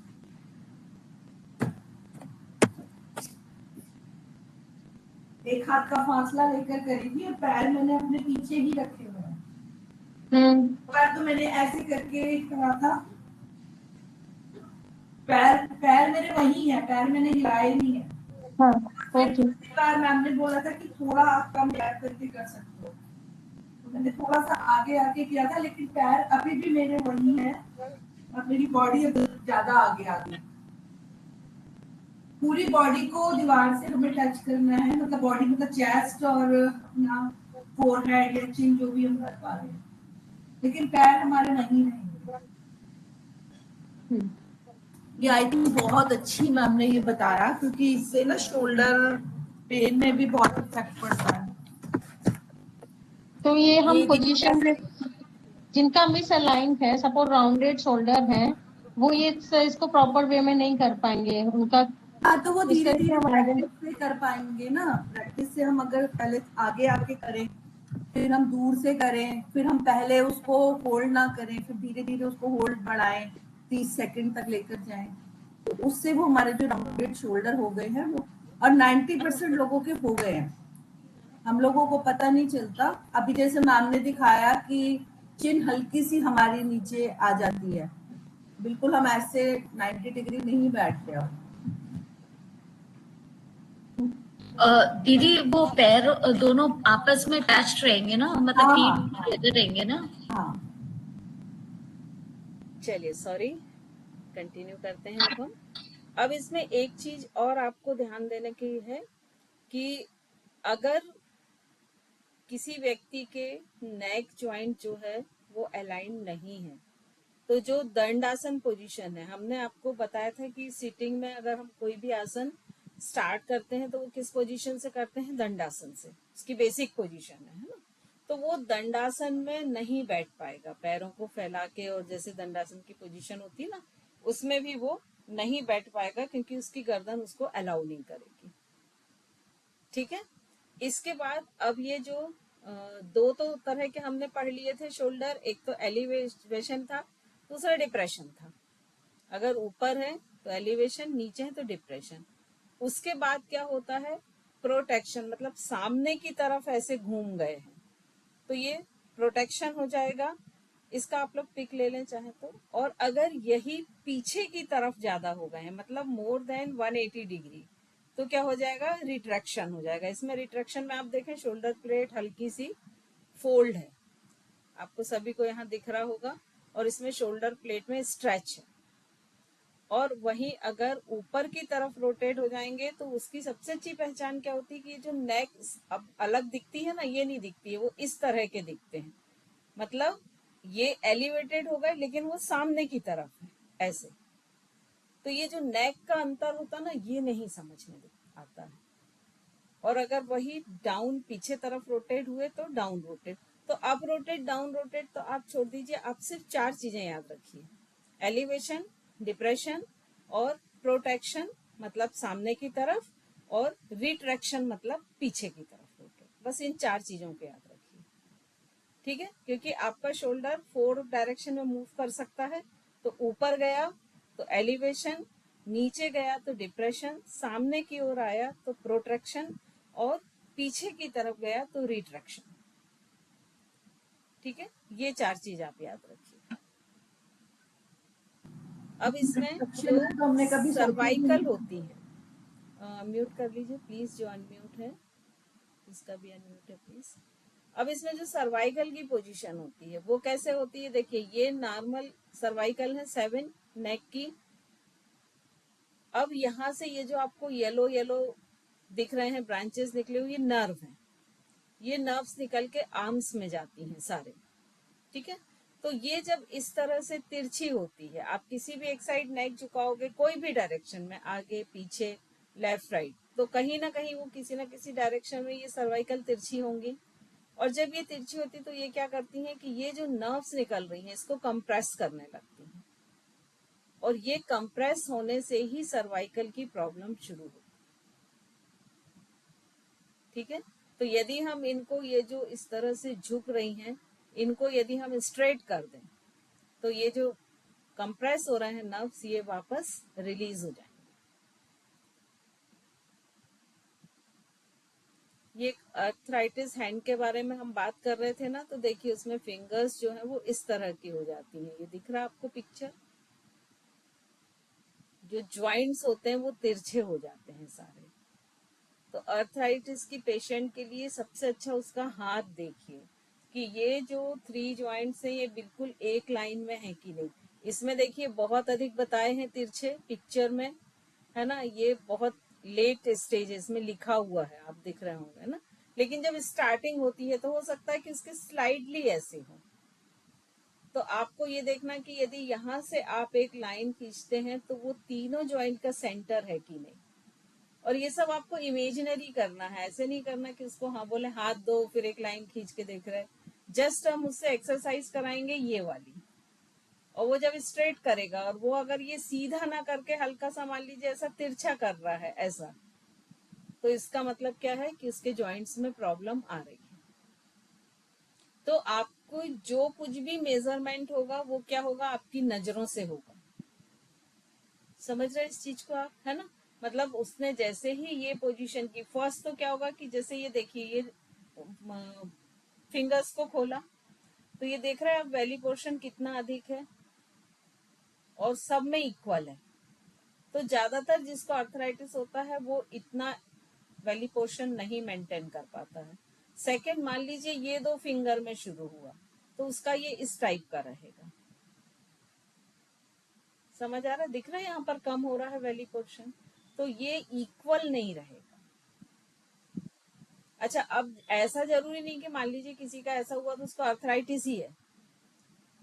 क्या है कि हम जितनी भी आप एक्सरसाइज करते हैं, इवन ये एक्सरसाइज भी करते हैं तो आप कैसे करते हैं, ये है ना। तो ये वैली, यहाँ ये जो मसल्स हैं इन पे प्रेशर आए, वो कौन सी एक्सरसाइज आप करते बताइए, कोई भी नहीं है क्या कोई। तो कई बार क्या होता है कि एक्सरसाइज ना मिलने के कारण भी ये अनइक्वल हो जाता है। तो जब हम उसको मान लीजिए हमने उसको 8 दिन 15 दिन लगातार एक्सरसाइज कराई और फिर देखा कि ये इक्वल आ रहा है कि नहीं आ रहा है, यदि इक्वल आ गया मतलब ठीक है, मसल्स की प्रॉब्लम थी। यदि नहीं आया मतलब किसकी है, बोन की प्रॉब्लम है। ठीक है। और वहीं जब किसी को यूरिक एसिड बढ़ता है तो उसका सबसे बड़ा उसका जो ट्रिगर होता है वो ये जो आपको पॉइंट दिख रहा है, ये पैर का अंगूठा है। यहाँ पर स्वेलिंग होती है और इन्फ्लेमेशन होता है और दर्द शुरू होता है। अब ये यूरिक एसिड क्या होता है, यूरिक एसिड बढ़ने में ये आपको, आपने पढ़ा है कि ये जो फिंगर्स हैं इनमें भी जॉइंट्स हैं छोटे छोटे। जब आपने पैरों की उंगलियां पढ़ी थी तो इसका ये वाला जो जॉइंट है जो कि इसको फुट से जोड़ता है, इस जॉइंट के बीच में आगे क्या होता है कि छोटे छोटे छोटे छोटे यूरिक एसिड के क्रिस्टल बन जाते हैं। ये जो व्हाइट व्हाइट दिख रहा है ना आपको, ये व्हाइट व्हाइट दिख रहा है, ये ऐसे क्रिस्टल जम जाते हैं। और वो क्रिस्टल जमने से क्या होता है कि जब भी वो मूवमेंट होता है तो क्रिस्टल जमे मतलब क्या, वो सरफेस कैसी हो गई, रफ हो गई, स्मूथ नहीं हुई। तो वहां का कार्टिलेज डैमेज हो जाएगा, वहां अमाउंट ऑफ फ्रिक्शन बढ़ जाएगा, जिसके कारण क्या होगा, इन्फ्लेमेशन हो जाएगा, स्वेलिंग आ जाएगी और दर्द हो जाएगा। ठीक है। तो अब यूरिक एसिड यदि बढ़ता है सपोज, तो उसके लिए क्या है वो अभी अपन बात करते हैं। ये और एक स्लाइड देख लेते हैं, सर्वाइकल स्पॉन्डिलाइटिस फाइनल। तो देखिए ये एक साइड से लिया गया है पिक्चर, ये नॉर्मल है, लेकिन जब इसमें स्पॉन्डिलाइटिस होता है तो एकदम से बहुत अधिक नहीं होता। हमेशा जो कोई भी बीमारी होती है वो धीरे धीरे करके आगे बढ़ती है ना। तो देखिए ये धीरे धीरे इसके ये जो डिस्टेंस है ये कम होने लगते हैं जब नेक आगे की तरफ या मिसअलाइंड होती है, और धीरे धीरे ये डिस्टेंस कम होता है और फाइनली क्या होता है कि यहाँ आपको ये कुशन दिख रहा है। देखिए हर के बीच में कितना स्पष्ट पिंक सा ये कुशन दिख रहा है। ये धीरे धीरे देखिए यहाँ कम होता गया, ये हड्डियां एक दूसरे के ऊपर आ रही हैं और फाइनली ये पूरी तरह गायब हो गया। और ये जब ये जो पॉइंट्स हैं ये आपस में रगड़ेंगे, जब आप नेक को हिलाएंगे तो ये 2 काम करेंगे। एक तो क्या करेंगे कि ये जो नर्व निकल रही हैं इसको डिस्टर्ब करेंगे, कंप्रेस करेंगे, और दूसरा ये दर्द पैदा करेंगे। तो इसका सीधा सा तरीका है कि ये जो कार्टिलेज का कुशन है ये एज इट इज रहे। ये यदि डिस्टर्ब हुआ अंदर की तरफ या लेफ्ट राइट शिफ्ट हो गया या फट गया, तो वो फिर दुनिया की कोई मेडिसिन ऐसी नहीं है कि जो उसे वापस क्रिएट कर सके।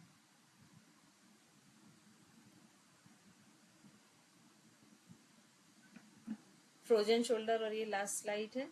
फ्रोजन शोल्डर में क्या होता है कि हमारा जो शोल्डर वाला हिस्सा होता है ये कैसा होता है, बॉल एंड सॉकेट जॉइंट।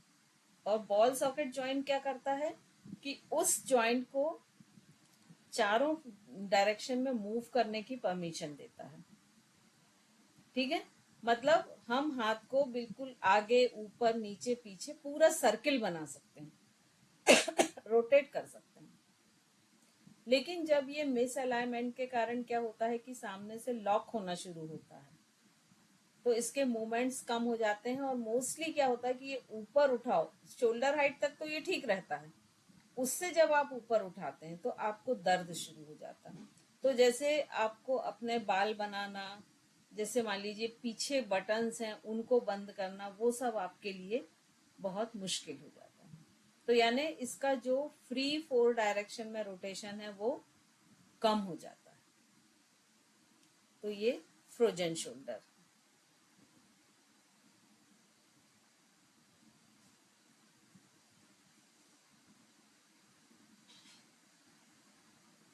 तो आज हमने जो कंप्लीटली पढ़ा वो था नेक जॉइंट। ठीक है, अब नेक जॉइंट को आप लोग पूरी तरह समझ गए होंगे। आप लोग ये भी समझ गए होंगे कि फ्रोजन शोल्डर और सर्वाइकल कैसे होता है और उसके क्या सिम्टम्स होते हैं, उसमें क्या मिस अलाइनमेंट होते हैं, उसको आप देख के कैसे पहचान सकते हो कि किस व्यक्ति को है और किस जॉइंट में प्रॉब्लम है। अब इससे रिलेटेड कोई क्वेश्चन हो तो अपने हैंड रेस करें, तो एक एक करके मैं पूछ लेती हूँ।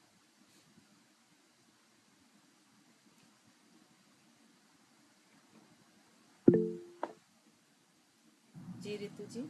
मैम ये आपने रिट्रैक्शन बताया, प्रोटेक्शन और रिट्रैक्शन, तो ये आगे की तरफ तो हमने देखे हैं, शोल्डर आगे की तरफ हम क्योंकि मोबाइल पे काम करते हैं कुछ भी करते हैं तो झुक जाते हैं, तो पीछे की तरफ कैसे चले जाते हैं? बहुत कम होते हैं पीछे की तरफ, मोस्टली नहीं होते हैं। मतलब 1% भी शायद आपको नहीं मिलेंगे। ज्यादातर आपको एलिवेशन, डिप्रेशन और जो प्रोट्रैक्शन है वही मिलेगा मैक्सिमम। वही मैं समझना चाह रही थी क्योंकि आजकल तो सबका ही मोबाइल पे काम होने से सबका आगे की तरफ ही झुकवा है। हाँ, बहुत ही कम मिलेगा, नहीं के बराबर ही मान के चलिए। ये वाली प्रॉब्लम एक मालूम किनको आती है, जो हॉर्स राइडिंग वगैरह करते हैं ना, तो वो जो जर्क से पीछे शोल्डर जाते हैं ना उनके बार बार, जैसे आर्मी वगैरह में कंटिन्यूशन जो हॉर्स राइडर हैं उन लोग में ये प्रॉब्लम नजर आती है, बाकी तो किसी में नहीं आती है। और मैम आपने यूरिक एसिड का जो बताया तो वो मेटाटार्सल और फ्लेंजिस के बीच में वहां पर ज्वाइंट पर होता है। बिल्कुल। तो उसकी वजह से इन्फ्लामेशन होने से वहां पर स्वेलिंग हो जाती है। मतलब वो होता सारे ज्वाइंट में, लेकिन स्टार्टिंग वो पैर के अंगूठे से ही होता है। क्योंकि मैंने देखा हमारे नेबर है नीचे फर्स्ट फ्लोर पे, तो उनका वहां पर वो पैर का ना इसी तरह से अंगूठा जैसे बाहर निकला हुआ, स्वेल हो जाता है। हाँ वो जैसे हड्डी बाहर निकली हुई है। हाँ, और यूरिक एसिड का क्या है कि नहीं, वो दो चीजें होती हैं। एक तो होती है वो बोन ही बढ़ जाती है, वो दो बीमारी है। तो उसमें एक पर्टिकुलर ऐसा बेल्ट टाइप का आता है जिसको आप पहने तो वो धीरे धीरे बोन को वापस अंदर कर देता है। और ये जो होता है यूरिक एसिड, तो इसमें क्या होता है कि इसकी मेडिसिन आती है यूरिक एसिड की, लेकिन इसमें बेस्ट ऑप्शन ये होता है कि आप पानी की क्वांटिटी बढ़ा दें। तो ये पानी से बहुत जल्दी ये एक्स्ट्रा यूरिक एसिड फ्लश हो जाता है। श्वेता जी। जय जिनेंद्र मैम। जय जी। मैम ये जैसे मिस बॉडी मिस अलाइनमेंट हो जाती है तो ये काफी मतलब ये काफी लंबा एक प्रोसेस होता है कि एकदम अचानक तो होती नहीं है। तो जैसे अगर हम किसी का मतलब कोई स्टार्ट करे कि बॉडी फिर से अलाइन करना है तो उसमें बहुत टाइम लगेगा। बिल्कुल लगेगा। आप उनको स्पष्ट बोल के रखिए कि मान लीजिए कोई व्यक्ति, मोस्टली ये 40-45 के ऊपर ही होता है ज्यादातर, है ना। तो आप बोलिए कि भाई आपने 40 साल शरीर को खराब करने में दिए, अब 40 महीने मुझे दीजिए ठीक करने में। एकदम से तो पॉसिबल है नहीं। हाँ वही, क्योंकि प्रोसेस ये काफी लंबा है कि नहीं, अचानक तो बिल्कुल हुआ नहीं है ये सब। पहले दिन ही स्पष्ट कर दीजिए आप कि भाई मेरे पास कोई मैजिक नहीं है कि आप सोचे कि आप करना शुरू करें हो जाए, आपको टाइम देना पड़ेगा। और अगर जो कोई भी ये बोलता है कि हमारे कम से कम 1 साल का तो टाइम लेके रखिए, 8 महीने से 12 महीने का। और यदि उतना टाइम नहीं है तो फिर बेहतर है उनको बोलिए कि आप भी मत करें, मैं भी नहीं करूँ, क्योंकि आप भी मेहनत करेंगे, हम भी मेहनत करेंगे, क्योंकि हमको भी बहुत मेहनत करनी पड़ती है जब हम थेरेपी में जाते हैं। एक एक चीज को ऑब्जर्व करना, उसके लिए फिर डिजाइन करना एक्सरसाइज, तो हमारे लिए भी बहुत टफ टास्क होता है। और अगर आप रेगुलर और आप टाइम नहीं दे सकते हैं तो बेहतर है कि आप ना करें, फिर नॉर्मल जो एक्सरसाइज करते हैं वो करें, जैसे भी करते हैं। तो ये बात पहले ही क्लियर कर दीजिए, ठीक है। प्रियंका जी। जय जिने मैम। जय जय।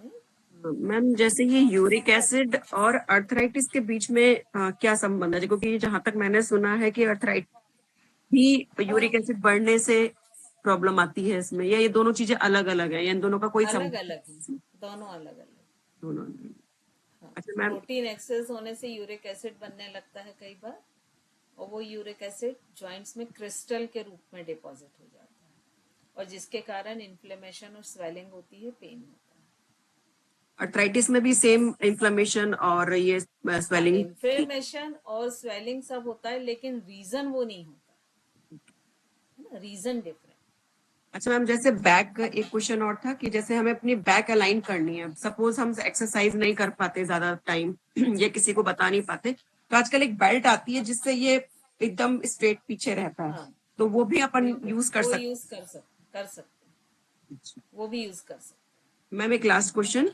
एक 86 ईयर की दीदी हैं, ब्रह्मचारिणी, बाल ब्रह्मचारिणी जी हैं, तो उनकी बॉडी झुक गई है काफी हद तक, मतलब लगभग लगभग 80% उनकी बॉडी झुक गई है।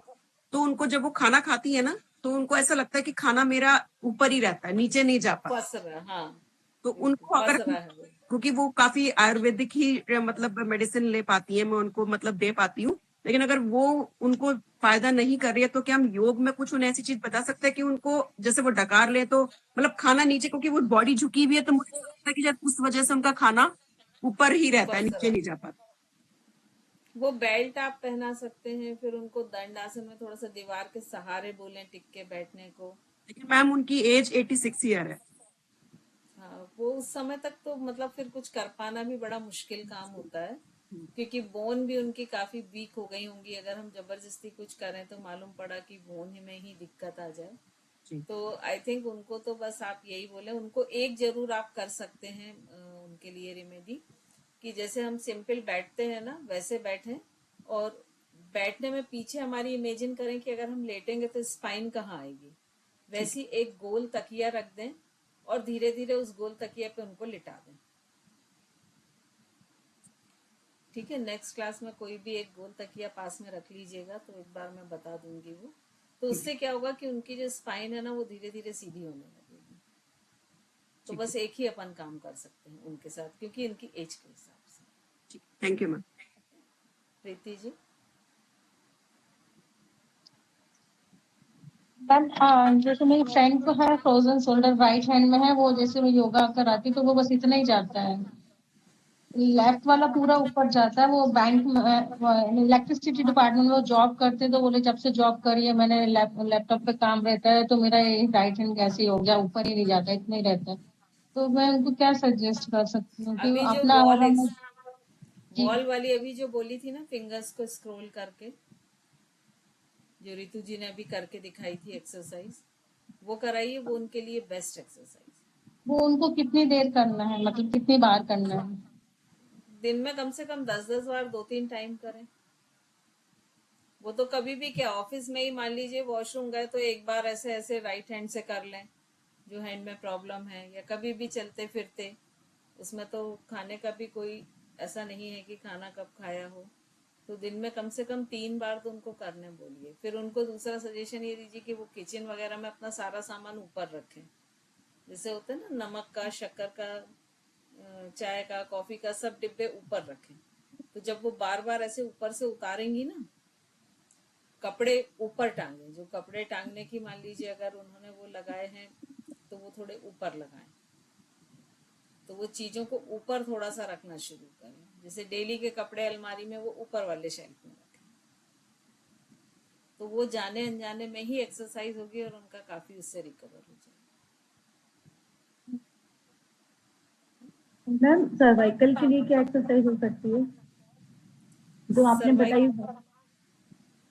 जी हाँ, बोलिए। तो जो अभी वॉल वाली बताई थी, सर्वाइकल वालों के लिए भी सही है क्या? हाँ हाँ, बिल्कुल उन्हीं के लिए है वो। और भी क्या हो सकती मैम? बहुत सारी हैं, अब जब हम प्रैक्टिकल पर आएंगे तो वो बात करेंगे कि और सारी। मैम ये यूरिक एसिड बढ़ने का कारण क्या होता है बॉडी में? बहुत लोगों को प्रॉब्लम यूरिक एसिड बढ़े, क्या कारण है इसके बढ़ने का? प्रोटीन सिंथेसिस ना हो पाना उनकी बॉडी में। जो प्रोटीन वो लेते हैं ना, वो उनकी बॉडी में पूरी तरह से यूज नहीं होना, या एक्सेस प्रोटीन ले लेना, या प्रोटीन जो कन्वर्ट होता है वो उनकी बॉडी में पूरी तरह से कन्वर्ट ना हो पाना। तो मैम इसके जो करेक्टर दिखते हैं क्या, वो आपने जो बताया पैर के अंगूठे से दिखते हैं, कहीं पे भी आ सकते हैं? मेन पैर से ही शुरू होता सारे जॉइंट्स में है ये, लेकिन स्टार्टिंग वहां से होती तो जिनके पैर के अंगूठे में स्टार्टिंग में दर्द हो रहा था तो उनका यूरिक एसिड बढ़ा। है। हाँ, देखिए कोई भी एक चीज के लिए रीजन बहुत सारे हो सकते हैं, है ना, लेकिन एक रीजन ये भी हो सकता है। मैडम बोलते हैं एड़ी में दर्द भी होता है तो यूरिक एसिड का होता है। हाँ, वो धीरे धीरे जैसे जैसे बढ़ता जाता है ना, तो वो फिर एड़ी, फिर नी, फिर एंकल, फिर नी, फिर थाई जॉइंट, सब में आता है, पूरी बॉडी में आता है वो दर्द बढ़ते थैंक यू। बढ़ते। मैम कभी कभी ना हम लोगों को जानकर से भी पोस्चर को मतलब थोड़ा कॉम्प्रोमाइज करना पड़ता है। जैसे किसी किसी को एसिड रिफ्लक्स हुआ तो नीचे हमको पिलो लगा के सोना ही पड़ता है उन लोगों को, तो वो लॉन्ग टर्म तक चलता है। तो वो चीज हम एक्सरसाइज से मेंटेन रख सकते हैं ताकि मतलब पोस्चर खराब ना हो। हाँ बिल्कुल, उसके जो काउंटर पोज हैं वो आप अधिक करें। तो जब आप मान लीजिए पिलो आप मोटा लगा के सो रहे हैं, कोई भी रीजन है, तो फिर सुबह आप ये जो बैक बेंडिंग के हैं ये ज्यादा करें पोजेस, सो वो आपका बैलेंस रहे। और मैम कई बार ऐसा होता है ना कि अगर हमको कुछ एनर्जी इश्यूज हो, जैसे कि थोड़े ओल्ड एज में आ जाते हैं एनर्जी इश्यूज, तो भी वो बॉडी को इरेक्ट नहीं रख पाते हैं, थोड़ा तो मतलब एनर्जी लगती है ना उनको ऊपर उठा के रखने में। ये एक बहुत अधिक ओल्ड एज की बात अपन कर सकते हैं। जैसे कि अभी इन्होंने बताया था कि अबव 80 हो, 80-85 तक तो व्यक्ति स्ट्रेट रह सकता है। अमिताभ बच्चन को देखिए, इतनी हाइट होने के बाद एकदम स्ट्रेट है ना। तो हमारे यहाँ जबलपुर के जो लोग होंगे, वो यहाँ के फेमस जो योग गुरु हैं वो चितले जी हैं, यशवंत चितले जी। वो अभी 87 के हो गए हैं और वो गाड़ी 2 व्हीलर ड्राइव करते हैं और एकदम स्ट्रेट है। तो ये जो एक डाउनफॉल आता है ना, ये डेफिशिएंसी ऑफ कैल्शियम के कारण भी आता है। तो यदि जैसे ही मेनोपॉज होता है और आप कैल्शियम को मैनेज रखते हैं कि आपका ऐसा तो नहीं कैल्शियम की कमी हो रही है बॉडी में, विटामिन D3 की कमी हो रही है, उनको यदि आप प्रॉपर मैनेज रखते हैं तो वो चीजें नहीं होती हैं। और सबसे बड़ी बात है कि आपकी बॉडी की एनर्जी को आप मेंटेन करें। ज्यादातर लोग क्या करते हैं, पानी पीना कम कर देते हैं। अब मान लीजिए वो रात में पानी नहीं पीते हैं, दिन भर कहीं बाहर चले गए, तो पानी की क्वांटिटी कितनी कम हो गई, और आपकी बॉडी में 70% पानी है। तो जो चीज 70% है वो ही कम कर दिया बॉडी में, तो फिर वो कैसे मैनेज रहेगी, और लंबे समय तक वही प्रोसेस होता है। तो मेरा तो हमेशा सबसे ये कहना होता है कि आप मानसिक व्रत करें, मानसिक उपास करें, मानसिक चीजों को छोड़ें। आज आप किसी भी धर्म में जाइए, मान लीजिए हमारे धर्म की हम बात करें, तो आपको अगर हम 60 से ऊपर जाते हैं तो अगर रात में ना खाना खाने वाले लोग 80% मिल जाएंगे, लेकिन उसमें आप 8% भी बता दीजिए कि ऐसे मिल जाएं जो ये बोलें कि अब मैं झूठ नहीं बोलूंगा, सत्य बोलूंगा। 80-90% मिल जाएंगे कि मंदिर रोज जाएंगे, लेकिन उसमें से 2% ऐसे बता दें कि नहीं, आज हम किसी एक की हेल्प करेंगे, अननोन पर्सन की। तो दिक्कत यह है कि हमारा जो बॉडी का कंस्ट्रक्शन होता है उसमें खाना तो एक सेकेंडरी होता है, बहुत बड़ा एक रोल होता है आपके मेंटल स्टेटस का। जब भी आप किसी से कोई विश्वासघात करते हैं तो थोड़ी देर के लिए हम बड़े खुश होते हैं कि हमने उसके ट्रस्ट को तोड़ा और ये चीज हमने अचीव कर ली। एक छोटा सा एग्जाम्पल लेते हैं कि एक दुकानदार ने हमको पैसे वापस किए, उसने एक 10 रुपीज का नोट एक्स्ट्रा दे दिया, 80 की जगह 90 वापस कर दिए। ठीक है, हम बड़े खुश हो जाते हैं कि यार 10 रुपीज हमको एक्स्ट्रा मिल गए। ये एक एग्जाम्पल दे रही हूँ, सभी ऐसा नहीं है, लेकिन वो 10 रुपीज आपकी बॉडी में 100 रुपीज का डैमेज करते हैं, ये आप 100% मान के चलिए। ठीक है ना। यदि आपने कोई भी किसी के साथ चीटिंग कर ली, मान लीजिए कोई आप पर बहुत ट्रस्ट करता है और उसने बोला ठीक है, आपने कुछ एक्सक्यूज दिया, ऐसा ऐसा प्रॉब्लम है, ये मैं अमाउंट ये नहीं कर सकती हूँ, उसने बोला ठीक है कोई बात नहीं, और जो कि सही नहीं था वो ठीक है, मान लीजिए जो भी दूसरा व्यक्ति था उसको तो नहीं मालूम था, उसने आप पे ट्रस्ट किया, उसको कोई लॉस नहीं होगा, लेकिन आपकी बॉडी में उससे 1000 टाइम लॉस होगा। ये बिल्कुल 100% फिक्स करके रखिए आप कि ये होना ही होना है। तो इसीलिए जो बोलते हैं ना कि जैसे अमाउंट का होता, खासकर पैसे में ही लोगों के साथ ऐसा होता है, तो उसको बिल्कुल, उसको जो देने का वे है वो भी बहुत इजी हो, लेने का वे भी इजी हो और उसका फ्लो भी इजी हो। अदरवाइज वो पैसा भी आपके पास नहीं रहेगा, आप हमेशा फाइनेंशियल पोजीशन में रहेंगे, क्राइसिस में रहेंगे हमेशा। तो जो ट्रस्ट होता है और जो मेंटल स्टेटस होता है वो आपका बहुत क्लियर होना चाहिए। एनर्जी लॉस होने का सबसे बड़ा कारण होता है आपका मेंटल स्टेटस। आपको कभी किसी भी टाइप की आप गिल्ट में रहें तो देखिए दिन भर में आपकी कितनी एनर्जी ड्रेन होती है, कभी ना कभी कहीं ना कहीं किसी ना किसी ने फील किया होगा। उतनी एनर्जी तो शायद सारे दिन आप काम कर लेना तो भी नहीं ड्रेन होगी। तो हमेशा कोशिश करें कि आपके व्रत, उपास, नियम, मंदिर जाना सारी चीजें बहुत अच्छी हैं, लेकिन उनको एक मानसिक रूप से भी ग्रहण करें। जैन धर्म में तो यदि व्यक्ति सिर्फ इतना कर ले कि मैं जो मेरी भावना है मैं उसका पालन करूंगा, तो मैं तो ऐसा मानती हूँ कि उसको और कुछ करने की जरूरत ही नहीं है। आप उसकी एक एक लाइन पढ़िए। अब एक बार आप ऐसा करिएगा कि उसकी एक एक लाइन पढ़िएगा और सोचिएगा कि आप उस लाइन पर कितने खरे बैठ रहे हैं और कितना आप उसको फॉलो कर पा रहे हैं। ना 100% सही, हम 10% से तो शुरू करें, उतना तो हम कर ही सकते हैं, है ना। तो हम जो भी आचरण कर रहे हैं उसको हम अपने व्यवहार में ला रहे हैं कि नहीं, इस चीज को मैंने देखें। यदि हम मान लीजिए अभिषेक कर रहे हैं तो हमारा ये व्यवहार हो रहा है कि नहीं हो रहा है कि कड़कती ठंड है, हम ठंडे पानी से कैसे अभिषेक कर लें, हल्का सा कुनकुना कर लेते हैं, है ना। तो वो जब आप अपने कष्ट और अपने अंदर दूसरे के पीड़ा को ऐसा मानने लगे कि वो मेरी है, उस दिन आप सच्चे अर्थों में अपने व्यवहार में उन चीजों को उतार पाएंगे। और दूसरा, आप एक बहुत अच्छे योग थेरेपिस्ट बन पाएंगे, क्योंकि जब तक आप अपनी दूसरों की पीड़ा को महसूस नहीं कर पाएंगे तब तक आप उसको दूर नहीं कर पाएंगे, है ना।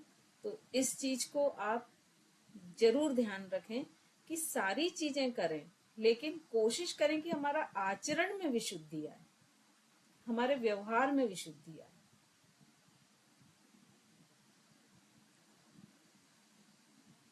और किसी का है क्या कोई क्वेश्चन? मैम इसी के ऊपर आज मैंने सुबह ही सुना था वो क्षमा सागर जी का, हम्म। लेडी जाती है कि मेरे को बच्चे नहीं हो रहे हैं तो आप मेरे लिए प्रार्थना कर दो, और उनको वो चने देते हैं कि तुम इतने चने खाओ, मैं प्रार्थना करता हूँ। उस लेडी के पास कुछ बच्चे आते हैं कि हमें दे दो चने, तो वो कहती है हटो, मेरे को तो इतने थोड़े से है, ये तो मेरा ही काम नहीं चलेगा।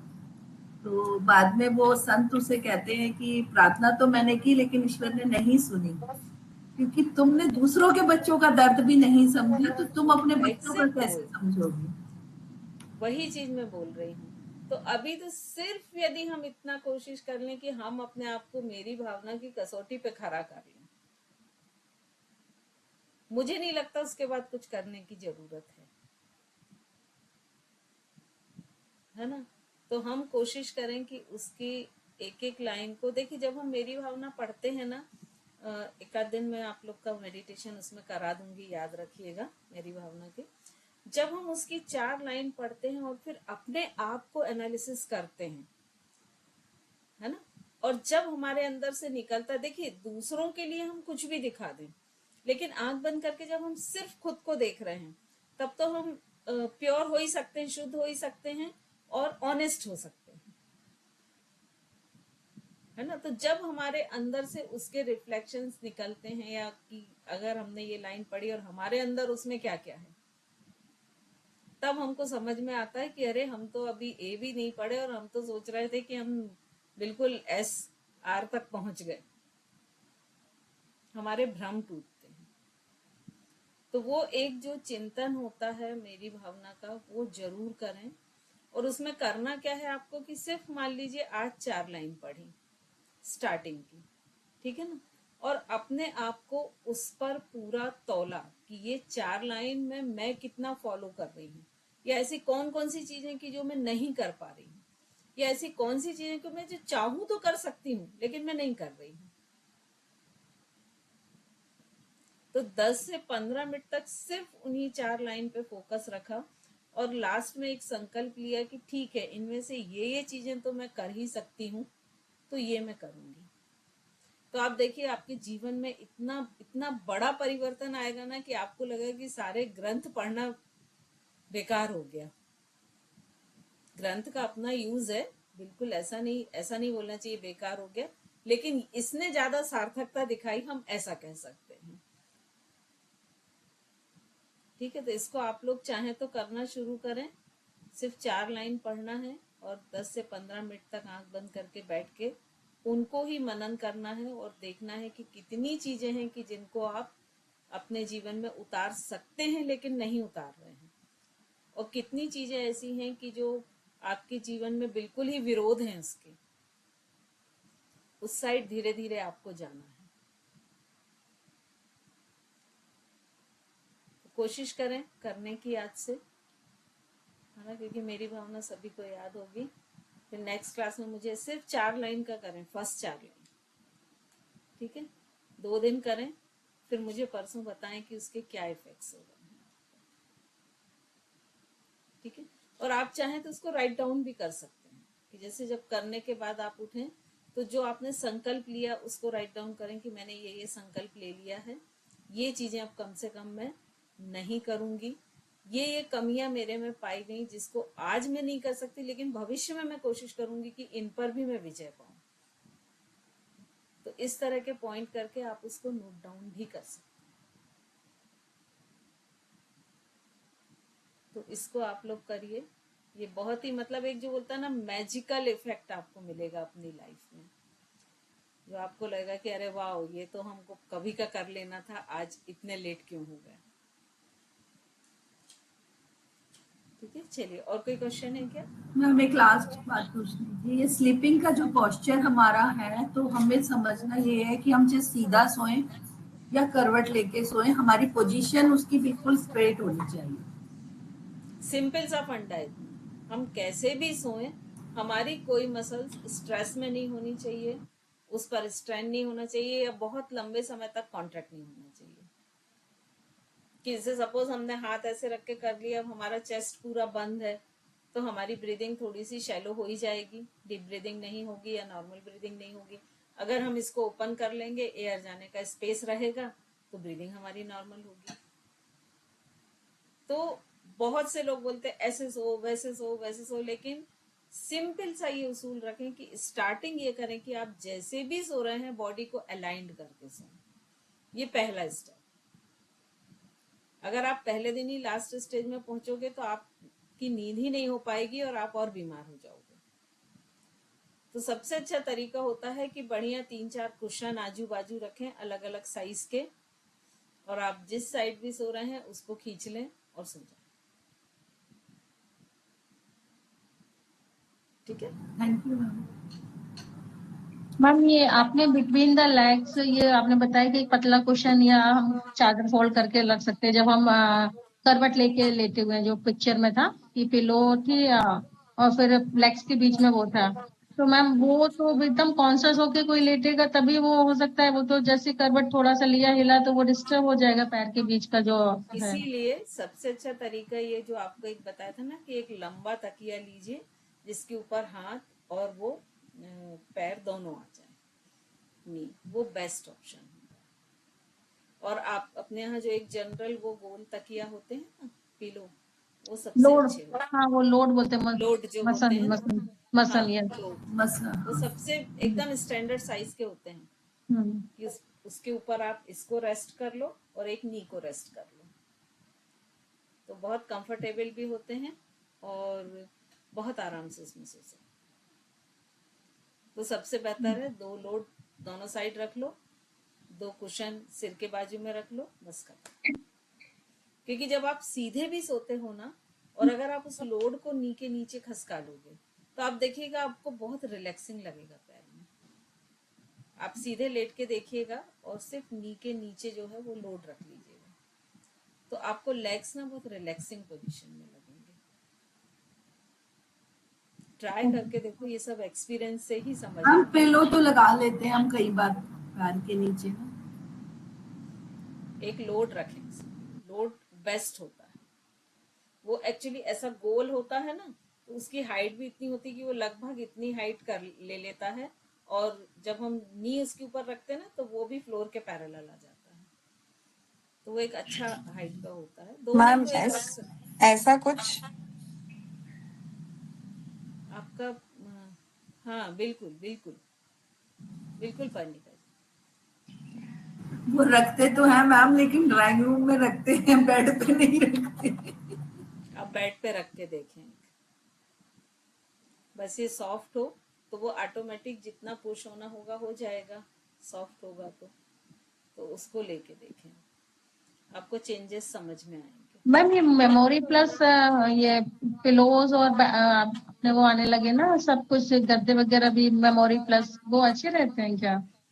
पिलो तो अच्छे रहते हैं क्योंकि वो शेप वही ले लेता है, लेकिन गद्दे में स्पाइन का शेप बिगड़ जाता है। बहुत सॉफ्ट होते हैं ना, क्योंकि ये मेमोरी प्लस जो होते हैं इसमें 2 आते हैं, या तो बहुत सॉफ्ट होते हैं या वो जो टेंट वाले होते हैं वो बहुत हार्ड होते हैं।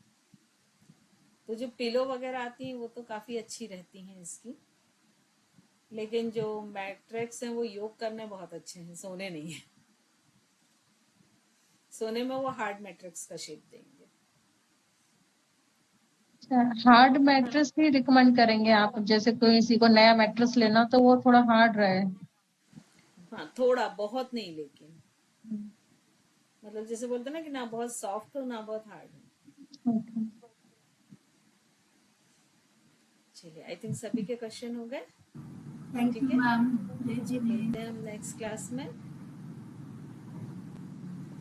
सभी को जय जिनेन्द्र। सुन रही आज आपकी